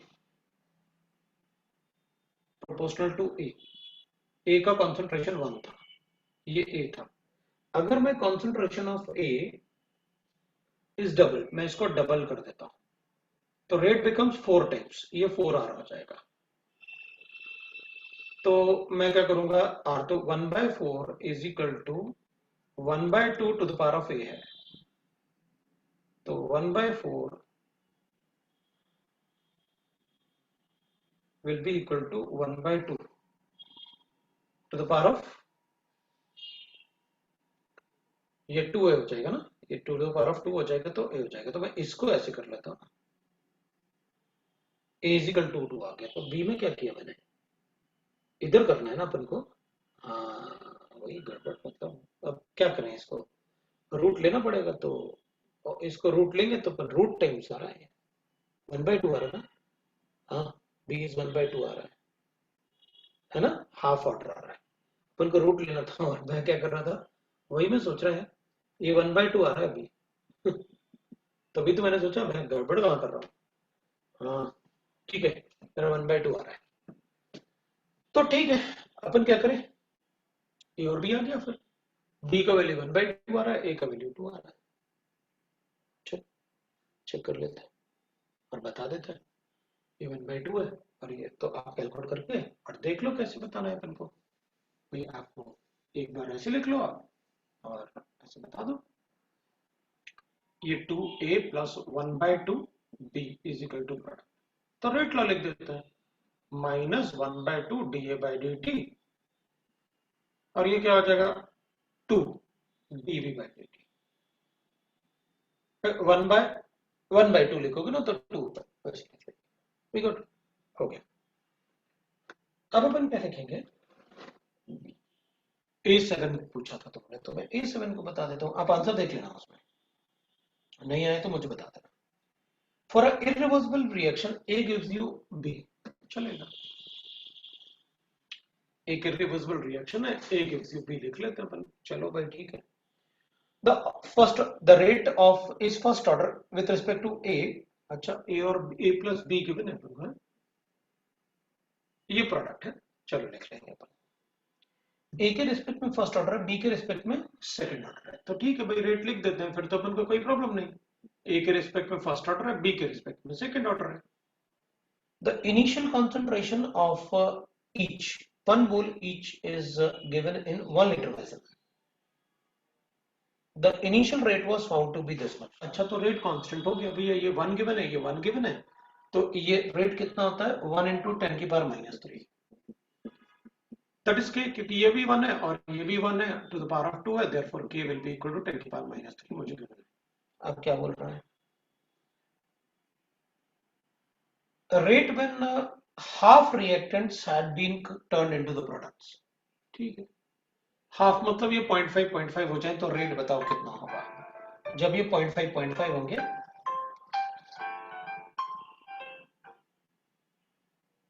एक मिनट इसको अपन बंद ही कर देते हैं, ठीक है।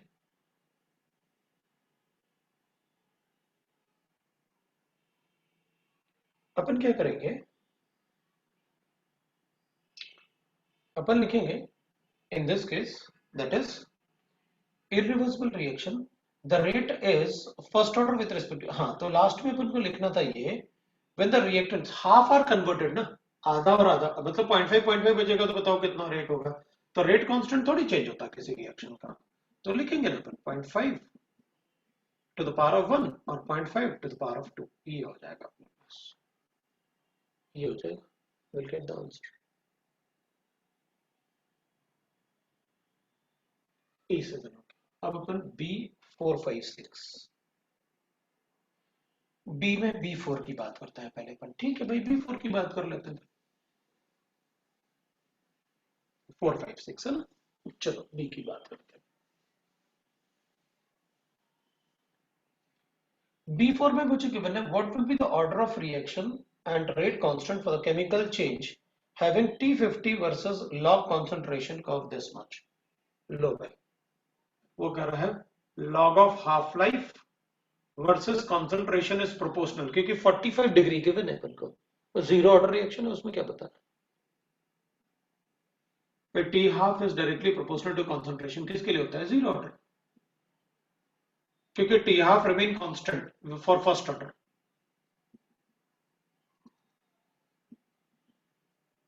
और T half is inversely proportional to concentration for second order and third order like that. तो इसमें तो डायरेक्ट ग्राफ ही बता रहा है अपन को ये जीरो ऑर्डर रिएक्शन। अब ये करेंगे तो जीरो ऑर्डर रिएक्शन के अलावा एक ही गिवन है ऑप्शन अपन को, बता दो कर्व।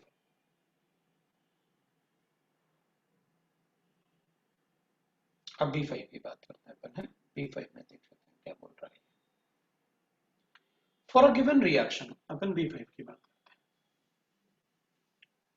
हैं। B5 में गिवन है अपन को for a reaction 2A plus B gives you the product, ठीक है भाई 2A plus B gives you the product, लिखा अपन ने। फिर अपन से कह रहा है the rate law for this reaction is given to be. अच्छा, बी के रिस्पेक्ट में ऑर्डर जीरो है और रेट लॉ ये बता रहे हैं, मतलब first order with respect to A, so K into concentration of A to the power of 1, मतलब फर्स्ट ऑर्डर का रेट कांस्टेंट अपन को पता है। At time T, at time when T is equal to 1 by के, तो अपने पास के इज इक्वल टू आ रहा था 2.303 divide by T into log of e to the power of, ये मैं इसको ऐसे लिख देता हूं, k is equal to 1 by t into ln of a naught by at, kt will be equal to ln of a naught by at, e to the power of kt will be equal to a naught by at। क्या पूछ रहा है अपन से, t का value 1 by k चाहिए, e to the power of k into 1 by k is equal to, the concentration of the reactant is C naught by Ct, अपन को Ct पूछ रहा है, Ct पूछ रहा है अपन से,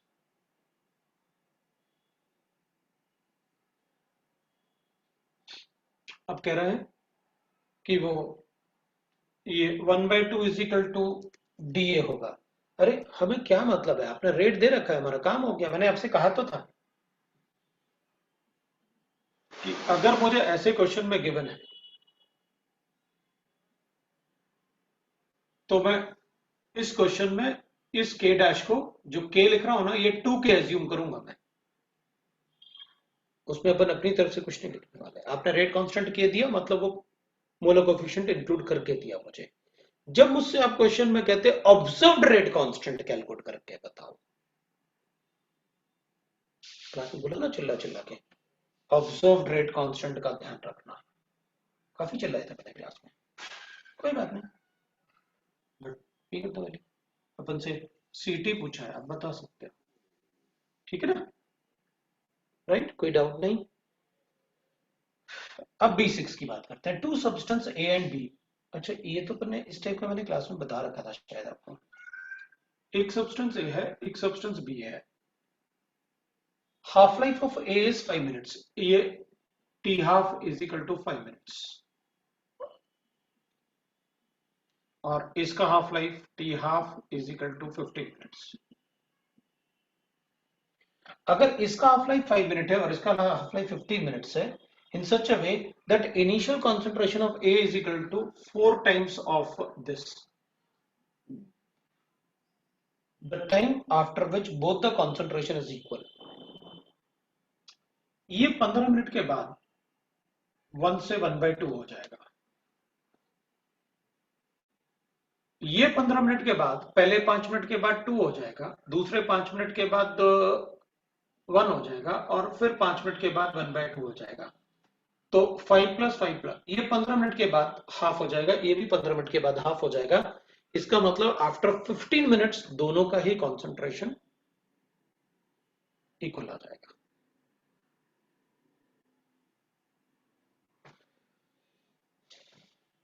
दैट इज B5।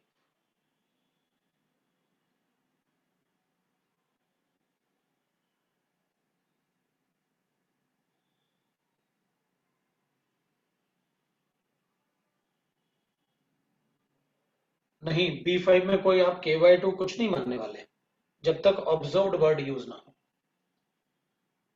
ये आपका B सेक्शन था।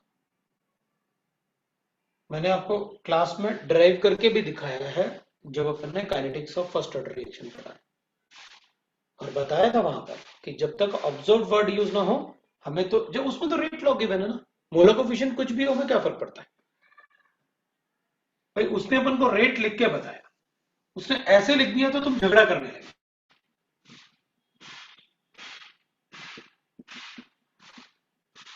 अगर वो ऐसे लिखता तो तुम कोई झगड़ा नहीं करते। तो यही बोलते कि ए के रिस्पेक्ट में ऑर्डर फर्स्ट है। रेट ऑफ डिकम्पोजिशन ऑफ ए उसने ऐसे लिख दिया तो हम झगड़ा करने लगे, और ऐसे लिखते तो अपन कोई झगड़ा नहीं करते। हमारे लिए ये जो के गिवन है ना, ये 2K डैश है, अगर उसने कोफिशिएंट यूज नहीं किया तो रेट में, इसलिए अपन कोई झगड़ा नहीं करने वाले। आपने C2 C3 C4 लिखा हुआ है, C2 की बात करते हैं अपन भाई। सेकंड ऑर्डर रिएक्शन है, which is not true for the second order reaction। पहले तो अपन लिख लेते हैं भाई, K is equal to 1/2 into 1 by A at time t minus 1 by A naught divided by K is equal to T half भी लिख लेते हैं। T half is equal to 1 upon K A naught into K, ऐसा होता है।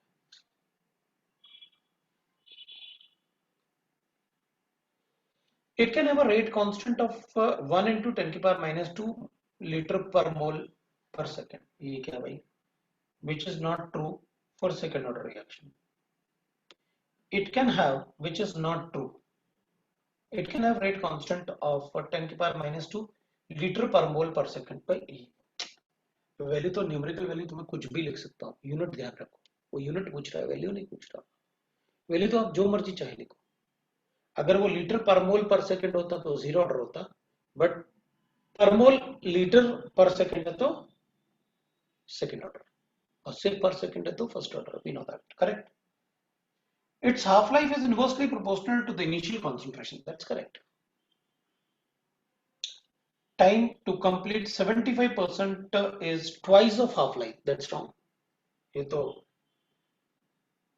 First order के लिए ऐसे होता है.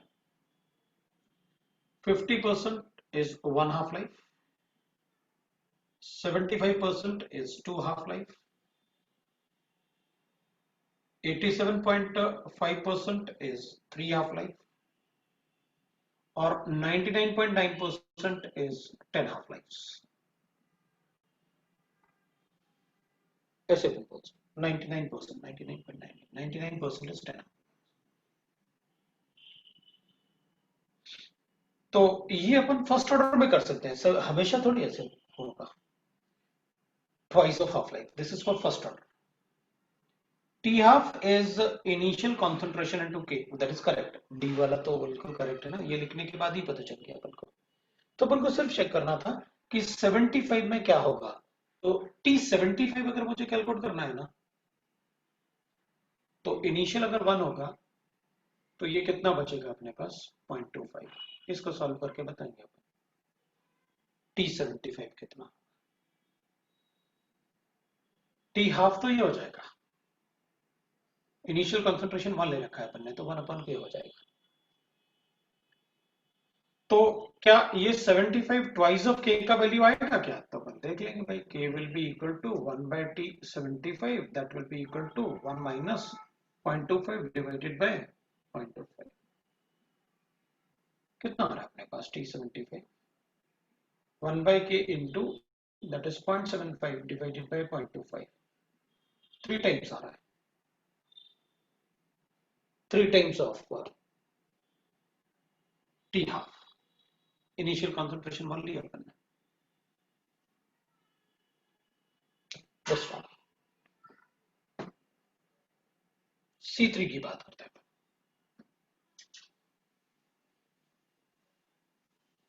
C3 में अपन बोल सकते हैं for the reaction twice of NO2 gives you N2O2 plus NO2. So C3 के लिए इनको given है twice of O2 gives you N2O2 plus O2. ठीक है भाई. The rate expression follows. अपने पास rate expression given है minus dNO2 divided by dt. That is the rate expression. K into concentration of NO2 to the power of n. अपन को नहीं पता, n is order of reaction. K is given to be moles per liter per second. It is a zero order reaction. वो K का unit देख के बता दिया ना, it is a zero order reaction. If the rate of formation of oxygen is given to me, इसका rate of formation given है, then the molar concentration of NO2, इसका molar concentration चाहिए. तो जिसका इतना इसका concentration होगा उसका डबल बताएंगे ना अपन. बताओ भाई, इसका double concentration.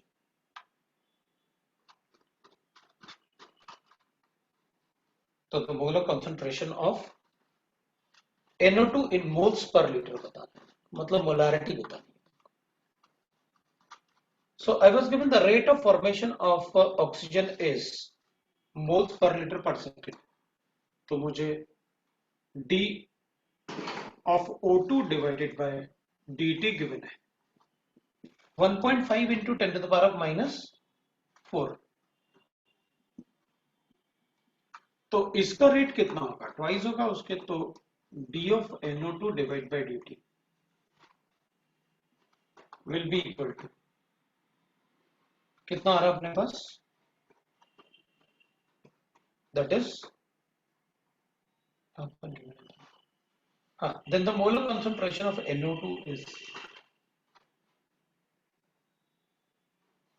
molar concentration of NO2 is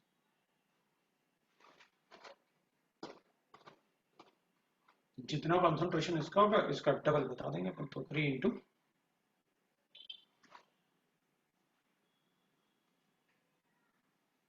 ये तो रेट ऑफ डिकम्पोजिशन होगा इसका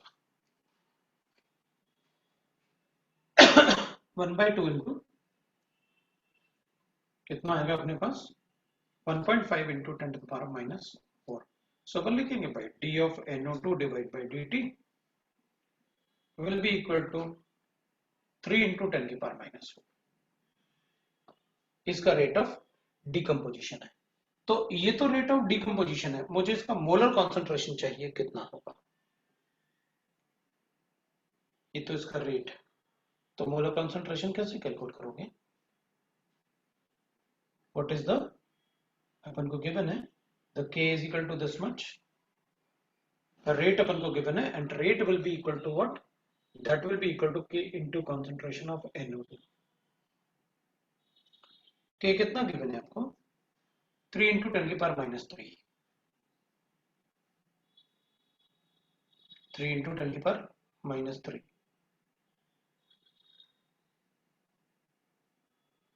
moles per liter, that is the molarity, that is the molarity। हाँ जी भाई, तो कंसंट्रेशन कैसे कैलकुलेट करेंगे? कंसंट्रेशन में कोई यूनिट गिवन है अपन को ऑप्शंस में? नहीं गिवन है, हमें सिर्फ मोल्स पर लीटर चाहिए। तो क्या करें, कैसे करोगे concentration calculate?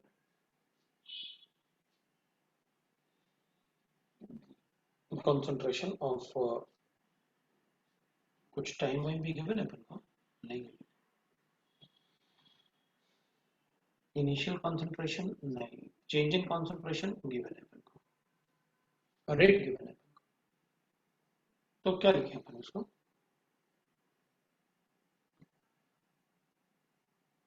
Moles per litre नहीं, पर लीटर पर मोल गिवन है तो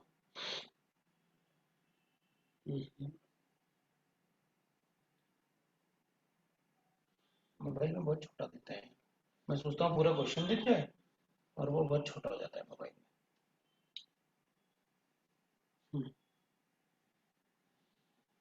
ये वैल्यू 2 आ रही है, मैं सोच रहा था वो मोल्स पर लीटर है, जीरो ऑर्डर से ऊपर था। बिल्कुल, ए के वैल्यू से अपन को सेकंड ऑर्डर पता चल रहा है,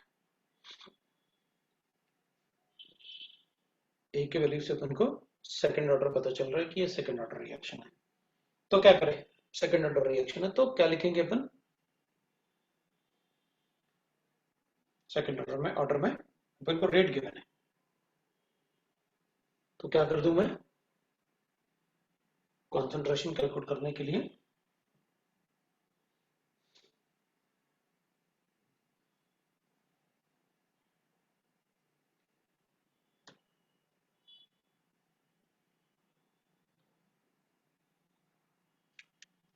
क्या लिखें अपन?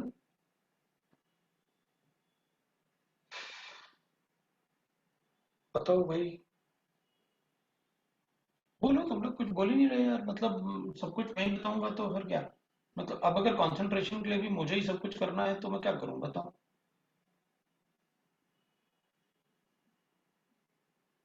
हम्म, अगर मुझे ही सब कुछ करना है तो ठीक नहीं है ना वो। तो NO2 अपन को गिवन होगा तो ये 10 की पावर कितना आ जाएगा अपने पास कंसंट्रेशन, ये अपने पास आ रहा था, rate of this will be equal to 3 into 10 की पावर माइनस 4।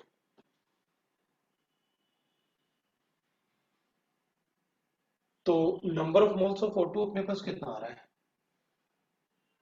O2 के लिए अगर अपन लिखेंगे तो O2 के रिस्पेक्ट में आ रहा था 1.5 इंटू 10 की पावर minus 4। The rate of formation of O2 is given to me, ठीक है। तो फिर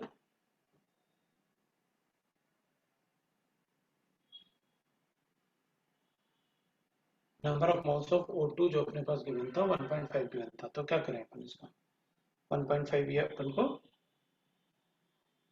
ये गिवन ना, this follows rate expression, this K का वैल्यू गिवन था तो मुझे पता चल गया N का वैल्यू 2 है, N का वैल्यू 2 है तो इसका रेट मुझे गिवन था, तो मैंने इसका रेट कैलकुलेट कर लिया कितना है, इसको 2 से मल्टीप्लाई करके मैंने इसका रेट कैलकुलेट कर लिया। अब क्या करेंगे, अब वी गेट दिस 10 की पावर माइनस 1, मतलब 0.1 is equal to concentration of NO2 to the power of 2।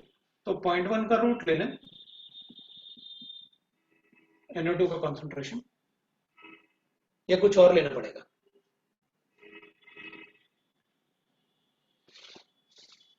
बताओ।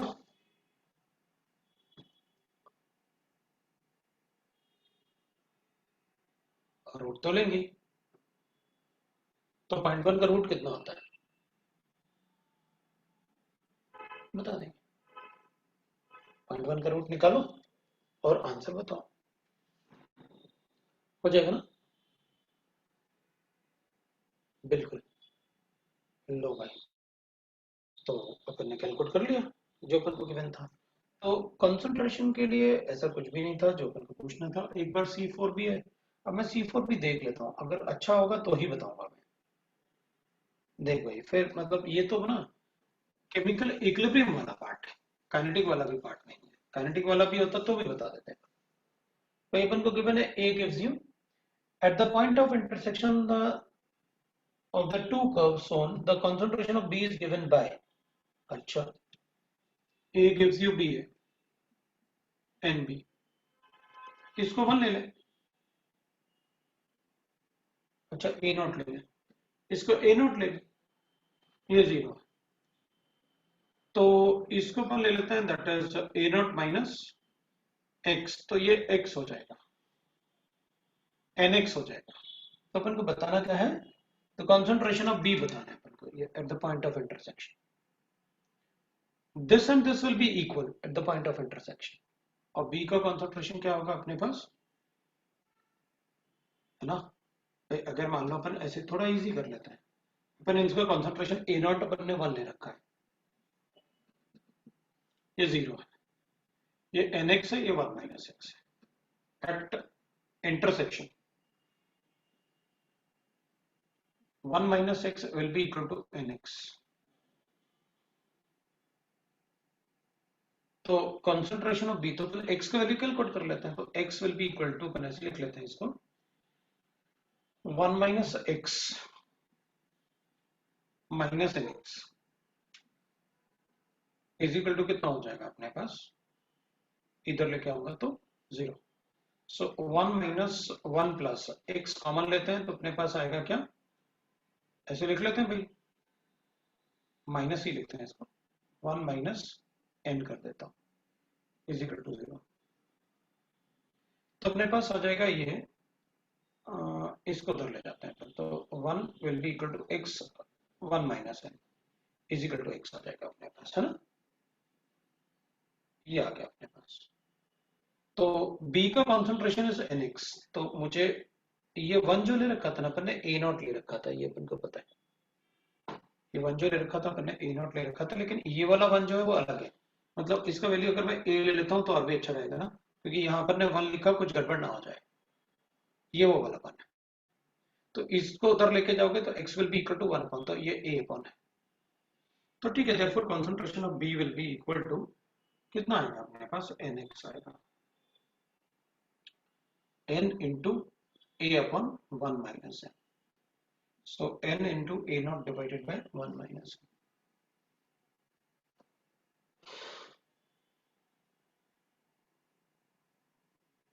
ये प्लस, वरना प्लस हो जाएगा। ये ले भाई अपना आंसर।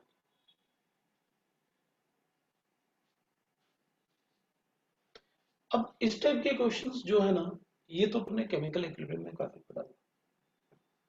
अच्छे क्वेश्चन तो ठीक है, बट आपको क्वेश्चन सॉल्व करना आना चाहिए। मेंस में तो अपन को इसी टाइप का क्वेश्चन मिलेगा।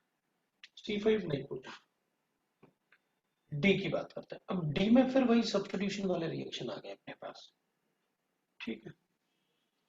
तो अब अपन D1 D2 की बात कर लेते हैं, ठीक है ना? D1 D2 की बात करते हैं। सो D1 और D2 में the rate equation is given to me this, the rate law is भाई इसमें order of reaction find out करना है, ये तो नहीं बताना चाहिए मुझे भाई। इसमें 3 रेट इक्वेशन लिखना, आपको रेट गिवन है और वो गिवन है। आपको पता है rate will be equal to K into concentration of A to the power of X, B to the power of Y। भाई 3 इक्वेशन गिवन है, X और Y पूछ रहा है, बता दो ना क्या प्रॉब्लम है।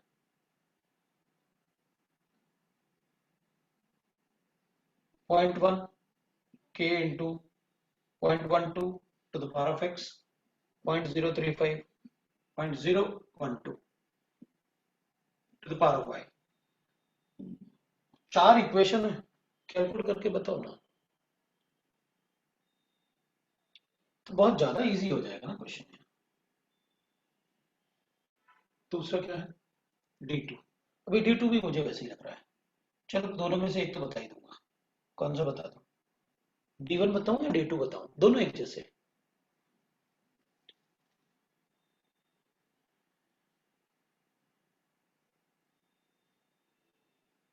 कोई भी बता दूं? तो D1 ही बता देता। एक इक्वेशन ये है अपने पास। एक इक्वेशन अपन ऐसे लिख लेते हैं भाई, 0.8 विल बी इक्वल टू, ए अपन को गिवन है 0.024 to the power of x और 0.035 to the power of y।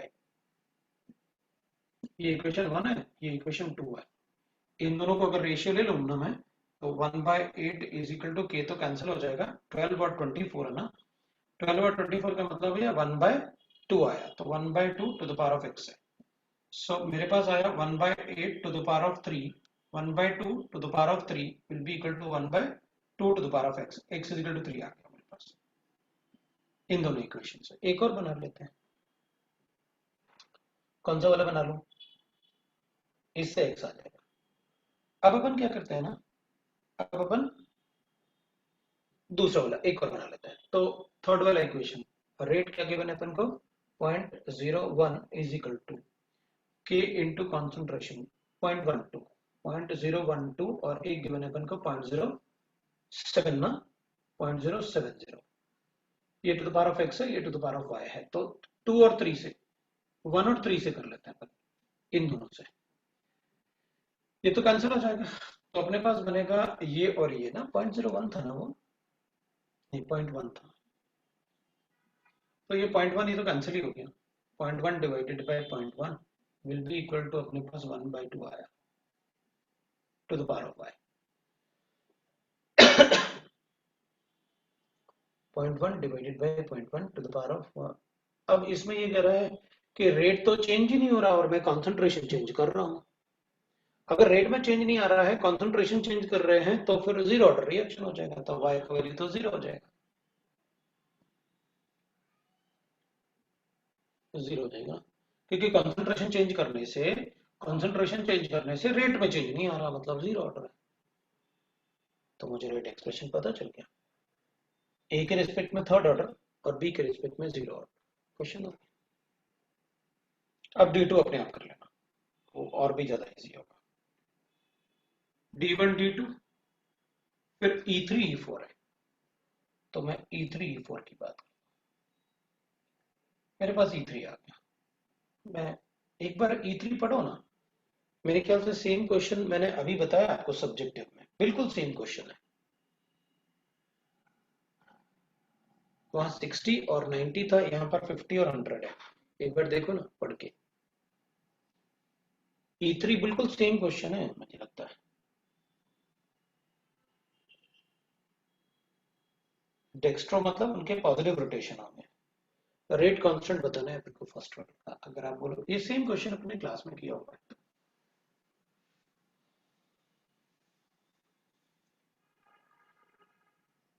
एक बार पढ़ो, अगर बोलोगे तो मैं सॉल्व कर दूंगा।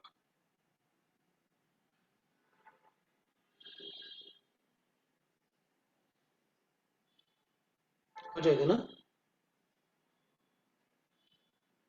ठीक है। तो E4 ना, E4 वाले में रेट कांस्टेंट अपन को पता है, आर नॉट कैलकुलेट करते हैं अपन, आर टी कैलकुलेट करते हैं अपन, R infinity calculate. Inversion of sugar cane का मतलब हो गया C12H22O11, that will react with water to give C12H22O11 H C6H12O6 plus C6H12O6। अपन ने इसको ऐसे पता है, अपन को आर नॉट, आर इन्फिनिटी और आर टी अपन को कैलकुलेट करना होता है। ये ए होता है, ये जीरो, ये जीरो, ये एक्स और ये A minus X after time T, और आफ्टर इन्फिनिट टाइम ये जीरो होता है, ये ए होता है, ये ए होता है, ये initial time. This is proportional to R not. इन सब का सम जो होता है that is proportional to what? R T. और इन सब को अपन कैलकुलेट करते हैं आर इन्फिनिटी। और रेट कांस्टेंट अपन लिखते हैं k will be equal to 2.303 divided by t into log of R naught minus R infinity divided by R naught R T minus R infinity. मुझे लगता है हमें सिर्फ रेट कांस्टेंट कैलकुलेट करके बताना है, तो अपन को after a long time R naught is equal to होता है A into X, A into R one naught. वैसे अपन को सिर्फ इससे कैलकुलेट करना है, ये अपन को आर नॉट भी गिवन है, ये क्वेश्चन में गिवन है अपन को। आर वन नॉट कितना है, प्लस 40 गिवन है। आर टू कितना है अपन को 10 मिनट्स के बाद। आर टी मतलब आफ्टर 10 मिनट्स it is given to us 15, और after long time I was given -10। चलो लिखते हैं अपन, k इज इक्वल टू 2.303 ना। तो 10 मिनट के बाद ये 10 मिनट्स गिवन है, log of R naught 40 minus of 10, 15 minus of 10, ये लोग क्या आ गया, रेट कांस्टेंट आ गया। ये फॉर्मूला अपने डिराइव किया हुआ है क्लास में।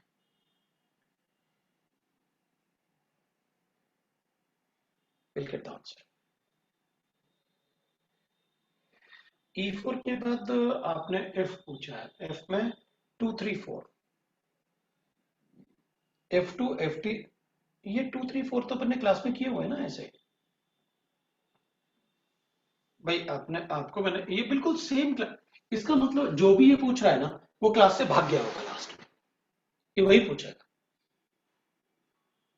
क्योंकि बिल्कुल सेम डिस्कशन सेम सारी चीजें अपन ने क्लास में की हुई हैं। ये कह रहा है initially 2 moles of A was present, को लिखा था ना अपन ने ऐसे, concentration of A used, twice of B, thrice of C, इधर अपन ने लिखा था that is K1 A2, इसके लिए K होगा, इनिशियल कॉन्सेंट्रेशन इसका गिवन है 2 मोल। तो अपन ने कहा था कि भाई यहाँ पर ना concentration of B at time t divide by concentration of C at time t will be equal to 2/3 K1 K2। अपन को K1 अपन K2 गिवन है क्वेश्चन में 1/2, तो अपन क्या लिखेंगे 2/3 इंटू 1/2, ये अपन को गिवन है क्वेश्चन में। ये फॉर्मूला अपन ने क्लास में ड्राइव किया है कि कैसे लिखते हैं किसी भी पैरेलल रिएक्शन के लिए। concentration of A used will be equal to 1/2 into concentration of B at time t plus 1/3 into concentration of C at time t। क्या पूछा है अपन से क्वेश्चन में, the total number of moles of ABC at the end of 75% of the reaction is, 75% मतलब 2 का 75% reaction कर दो मतलब 0.5 बचेगा, तो A used is 1.5।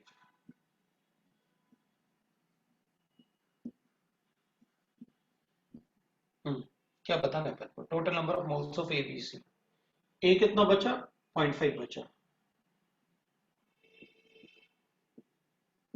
B कितना बना कैलकुलेट करो, C कितना बना कैलकुलेट करो, concentration of B upon C आपको गिवन है, तो कैंसिल करो 1/3 गिवन है, यहाँ सब्स्टिट्यूट करो अपना आंसर कैलकुलेट करो। बताए तो क्लास में आप देखो, उसमें पैरेलल रिएक्शन पढ़ा ना आपने।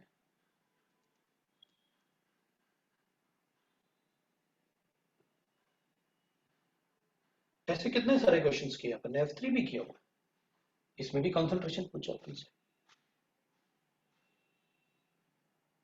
F4 में the rate constant of the two parallel reactions are found to be this much if the corresponding energies of activation of the parallel reactions are given to us।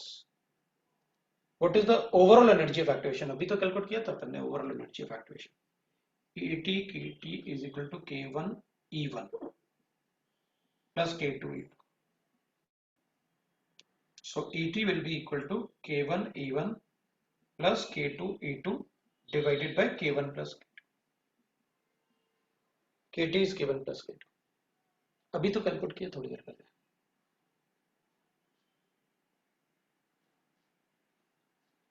सारा part अपन ने class में discuss किया है। Section जी की बात करते हैं अपन, G2 G4, G2 में गिवन है the rate constant K1 for the reaction is found to be double the rate constant of other reaction। अच्छा, और रिएक्शन A है और रिएक्शन B है, इसका K1 है वो डबल है K2 से,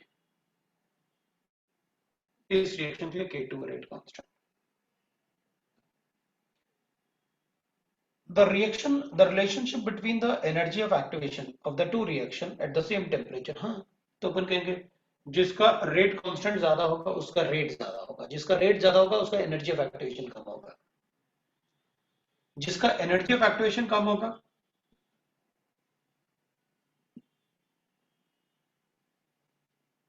जिसका ये वैल्यू कम होगा उसका ये वैल्यू ज्यादा होगा, क्योंकि ये तो कांस्टेंट है।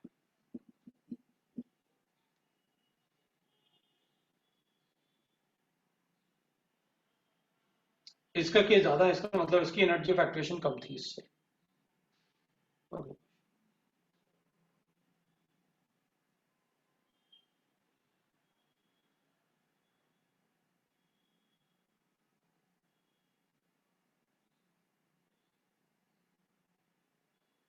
G3 भी पूछा, G4 भी पूछा मुझसे। How much faster the rate of reaction. भाई G4 जिसने पूछा ना वो तो एकदम उसने पक्का मिस किया है अर्नेस इक्वेशन वाला पार्ट। उसने पूछा अपन को हाउ मच फास्टर मतलब K2 कितना हो जाएगा अगर मैं एनर्जी ऑफ एक्टिवेशन लेता हूं 65 kilo joules R 2.303 R 1/T1 minus 1/T2। अगर मैं T2 को 25 ले लेता हूं मतलब मुझसे ये कह रहे हैं वो कि K2 बताओ कितना बढ़ जाएगा अगर एनर्जी ऑफ एक्टिवेशन 65 कितना है किलो जूल्स ना, जूल्स में कन्वर्ट करते हैं, डिवाइडेड बाय 2.303 इंटू आर का वैल्यू जूल्स में लेना होगा 314। 1/T1 is what 25 degree centigrade. नहीं T1 इज जीरो ना, जीरो से 25 देन एट जीरो, जीरो मतलब 290 लो भाई अपना आंसर आ गया। K2 पूछ रहा है कितना टाइम्स बढ़ जाएगा।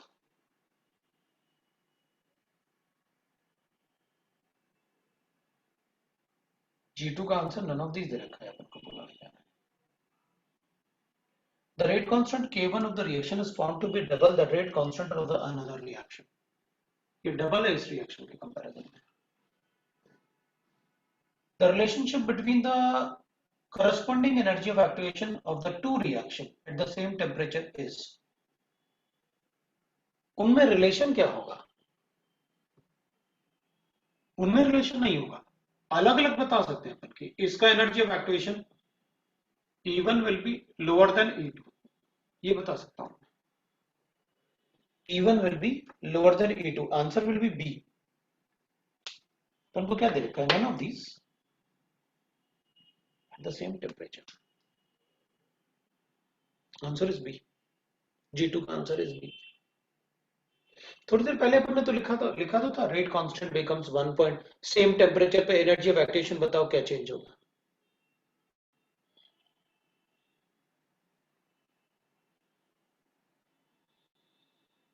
हाँ ए तो सेम रहेगा, कोई प्रॉब्लम नहीं, ए में कोई चेंज नहीं आएगा फॉर अ रिएक्शन।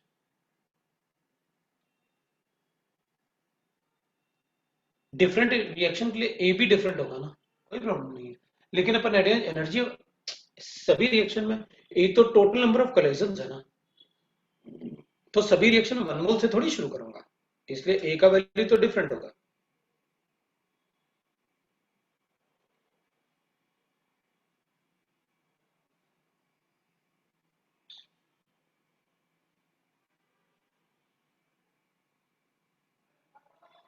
सही तो बोल रही है कि इसमें इंक्रीज डबल हो जाएगा तो अपन तब बोलते हैं जब सेम रिएक्शन होता है। सेम रिएक्शन के लिए हम बता सकते हैं कि टेम्परेचर सेम रहे, अगर के वैल्यू बढ़ेगा तो एनर्जी ऑफ एक्टिवेशन में चेंज आएगा, मतलब ऐसा कुछ बता सकते हैं, बल्कि रेट फास्ट इसमें होगा तो बता सकते हैं। लेकिन सभी रिएक्शन के लिए ए का वैल्यू थोड़ी सेम होता है, वो तो अलग अलग भी हो सकता है, बिल्कुल होता ही है, नंबर ऑफ मॉलिक्यूल्स पे डिपेंड करेगा वो तो के ए लिखूंगा तो A 1 into e to the power of minus E1 by R T होगा, और के बी लिखूंगा तो it will be A2 into e to the power of minus E2 by R T. अगर ये value double हो जाती है इसके कंपैरिजन में तो इसका मतलब ये थोड़ी होगा कि A2 हाफ हो जाएगा,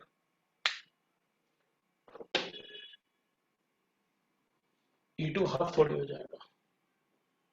क्योंकि ए अपन को गिवन नहीं है, इसलिए अपन रिलेशन नहीं बता सकते। अगर हाँ, प्रेडिक्ट नहीं कर पाएंगे अपन अपन ये बता सकते थे फॉर द सेम रिएक्शन अगर डबल हो जाता है तो energy of activation upon change कर सकते थे, बता सकते थे कि कितना चेंज आ रहा है। भाई अगर जैसे अपन ने कहा था ना कैटलाइज्ड अनकैटलाइज्ड रिएक्शन है तो फिर इनमें चेंज आएगा एट द सेम टेम्परेचर। लेकिन फॉर अ सेम रिएक्शन ए का वैल्यू तो कांस्टेंट रहेगा, लेकिन अगर दो अलग अलग रिएक्शन है तो ए का वैल्यू सेम नहीं हो सकता, अलग अलग। सही है, तब तो अपन नन ऑफ दीज आना ही चाहिए, बिल्कुल बिल्कुल नन ऑफ दीज आएगा। अपन यही रुक जाते हैं, नेक्स्ट क्लास में फिर करेंगे। चलो वेट करते हैं पहले, ठीक है ना। अब अपन यही रुक जाते हैं आज। नहीं, G4 को आप टेम्परेचर कोफिशिएंट नहीं बोल सकते क्योंकि इनमें 10 डिग्री का डिफरेंस होता है तभी टेम्परेचर कोफिशिएंट हो सकता है।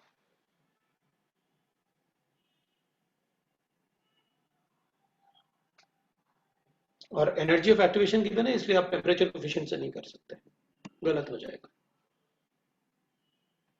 ठीक है, चलो नेक्स्ट फिर इसको कंटिन्यू